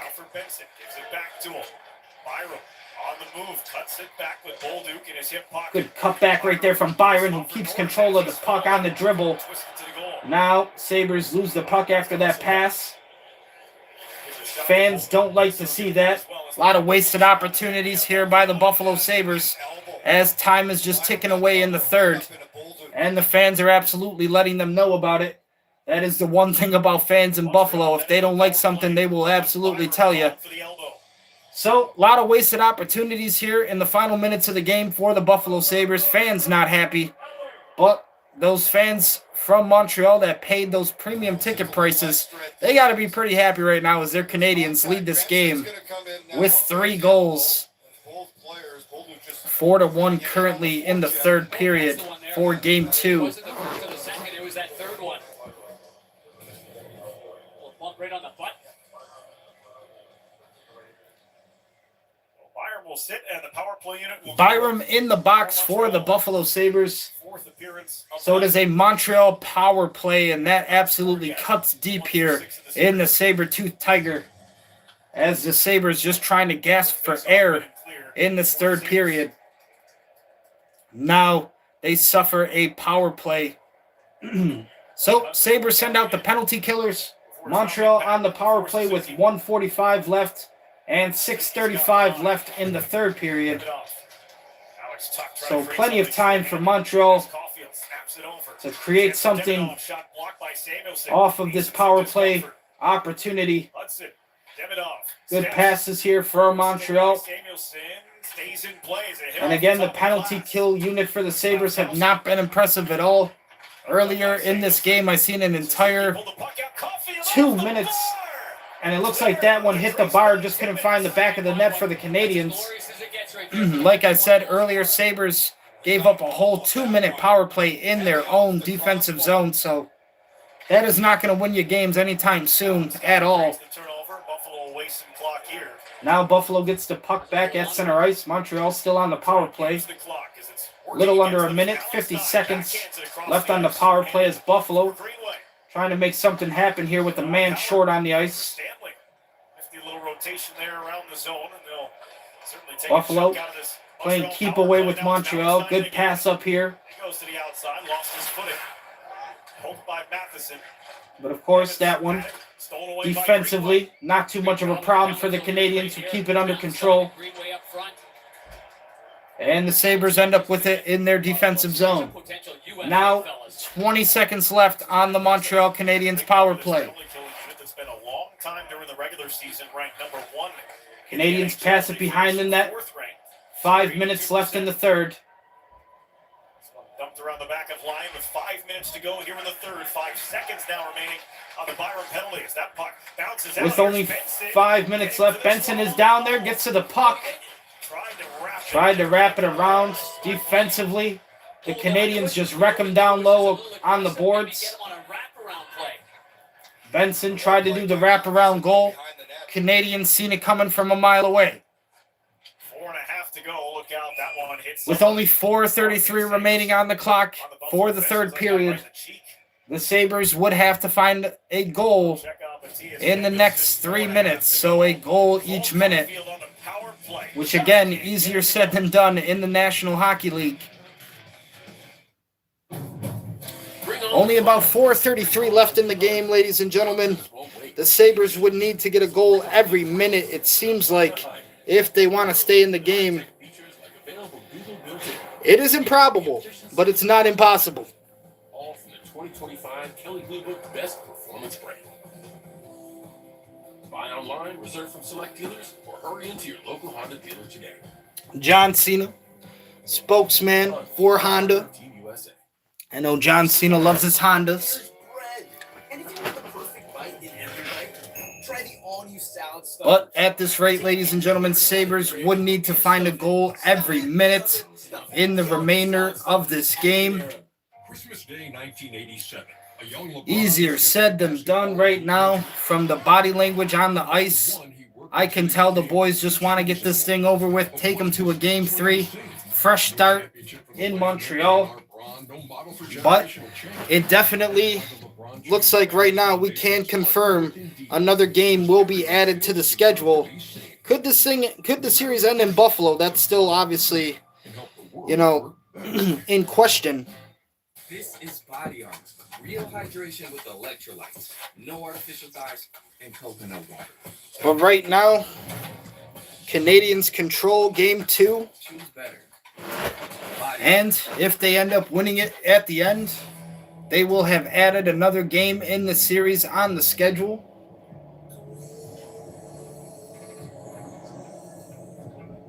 As I said before, guys, our next confirmed playoff game for the Sabres, it will be Sunday. Time now for our Chipotle difference maker here in Game 2. Man, what a start for Newhook right there. So hopefully everybody out there tonight, you have a good Friday night. Maybe watching some Friday Night SmackDown out there for all my wrestling fans. Tomorrow, WWE Backlash. I will not be streaming it, but maybe some of you guys out there enjoying it this weekend, watching it. And then, of course, Sunday we will be back live streaming for playoff hockey. Sabres versus Canadiens, Game 3 in Montreal.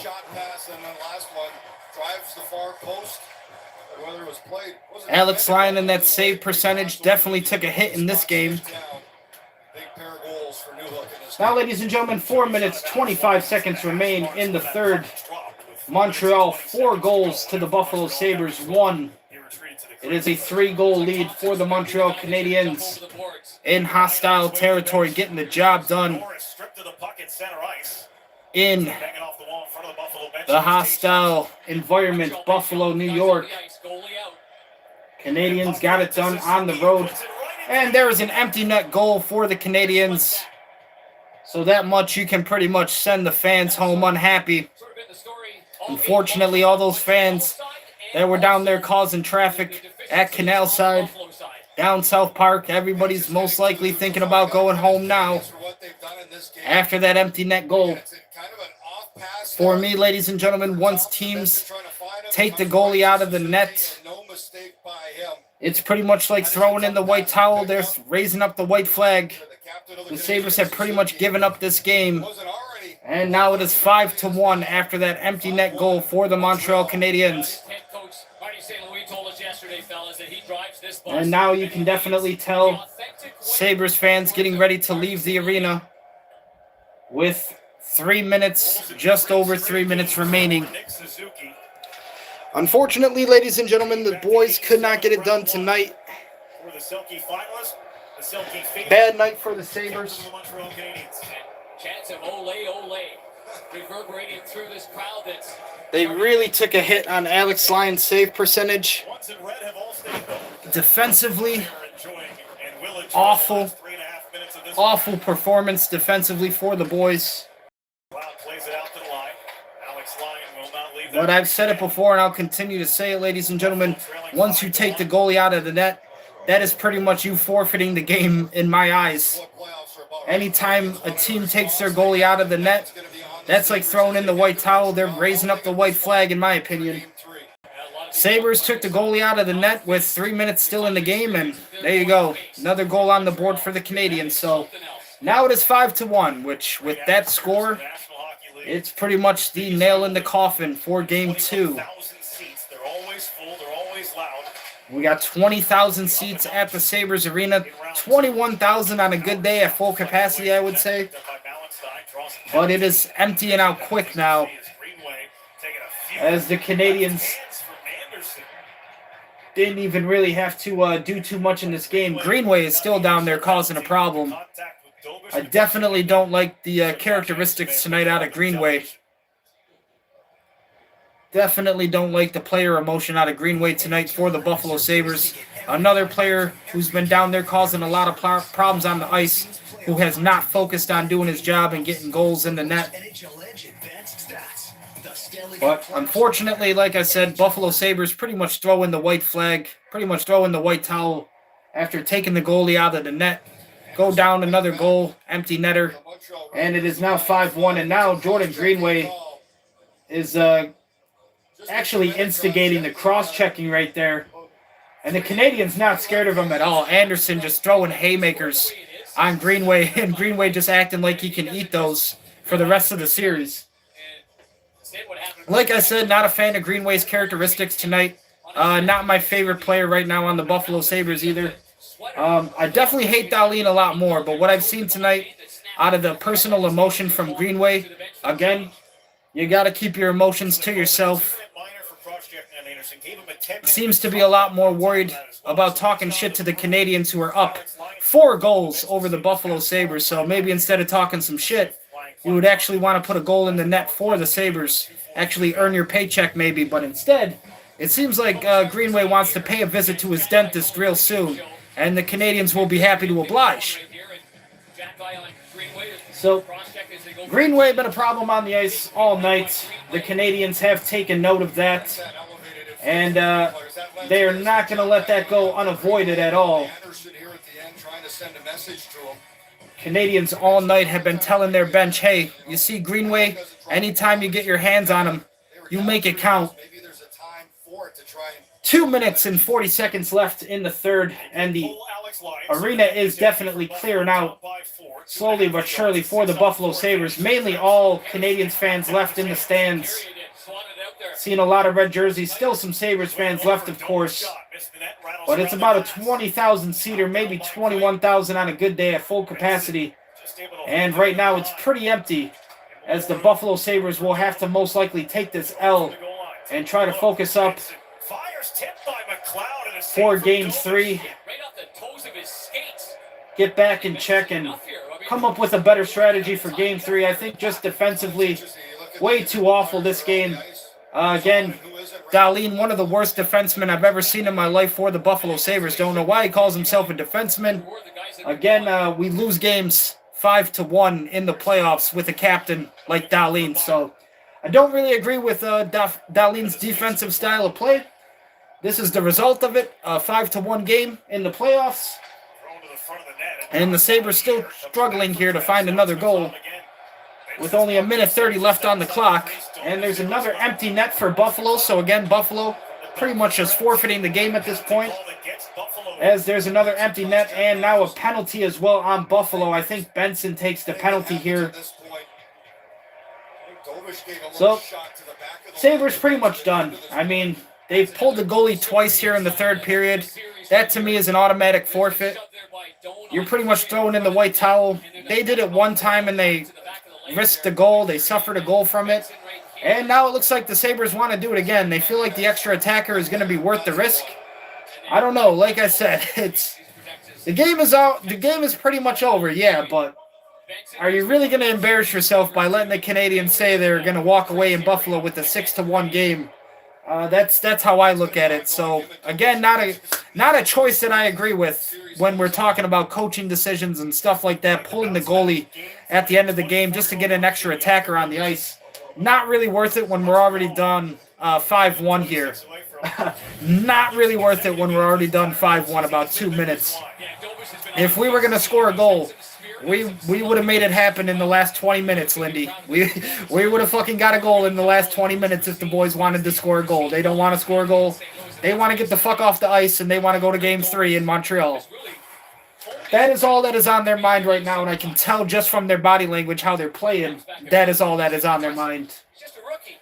Benson does take the penalty. A little bit of an exchange there on the last call there, so it is a 4-on-4 right now on the ice. Both teams had to take a loss there. 4-on-4 right now for the last minute, and we have officially reached the last minute of the third period. The Canadiens fans, hey, you got to pay those premium ticket prices, and I guess they were worth it because the Canadiens are going to walk away from Buffalo with a 5-1 game. They put Alex Lyon back in the net, which is a smart move. Thank God. Because why give another one to the Canadiens when they didn't even earn it?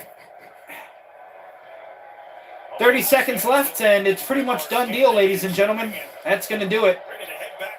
Sabres fans heading out. All that traffic that they caused down by the canal side, down by South Park, it wasn't even worth it for today. But I'm happy that you showed up, ladies and gentlemen. Unfortunately, Game 2 was just not the game. Canadiens showed up to play, and they showed up to play a fucking great game of hockey. Canadiens will win this, ladies and gentlemen. 5, 4, 3, 2, 1. And that is it for Game 2, ladies and gentlemen. The Montreal Canadiens win 5-1 over the Buffalo Sabres, and we can confirm another game added to the schedule in this series. So, Sabres had the chance to get it done in 4. It's going to be a 5-game series now. This thing could be won in Buffalo if the Sabres want it bad enough in a Game 5. But now, the challenge for the Buffalo Sabres, go on the road and try to get some wins in Montreal. Games 3 and 4 will be in Montreal, Quebec, and the Canadiens get to host at home. So, Sabres going on the road, take a loss tonight. Canadiens tie up the series 1-1. Thank you, ladies and gentlemen, so much for checking out the channel, spending some time with me tonight on our Friday night. Currently, it is 9:45 p.m., so any of you wrestling fans out there, still about 20 minutes, or actually, SmackDown ends at 11 o'clock now. So you guys still got about an hour of wrestling left. If anybody wants to go check out some Friday Night SmackDown, I know I am. So, thank you again, ladies and gentlemen, ghosts and goblins, witches and wizards, vampires and werewolves, for your support, for your viewership tonight. I will see you for Game 3 on Sunday. Until next time, take care. Peace, God. Bumpy. Choosing a name for your first. Not easy. Progressive understands. First times can be challenging.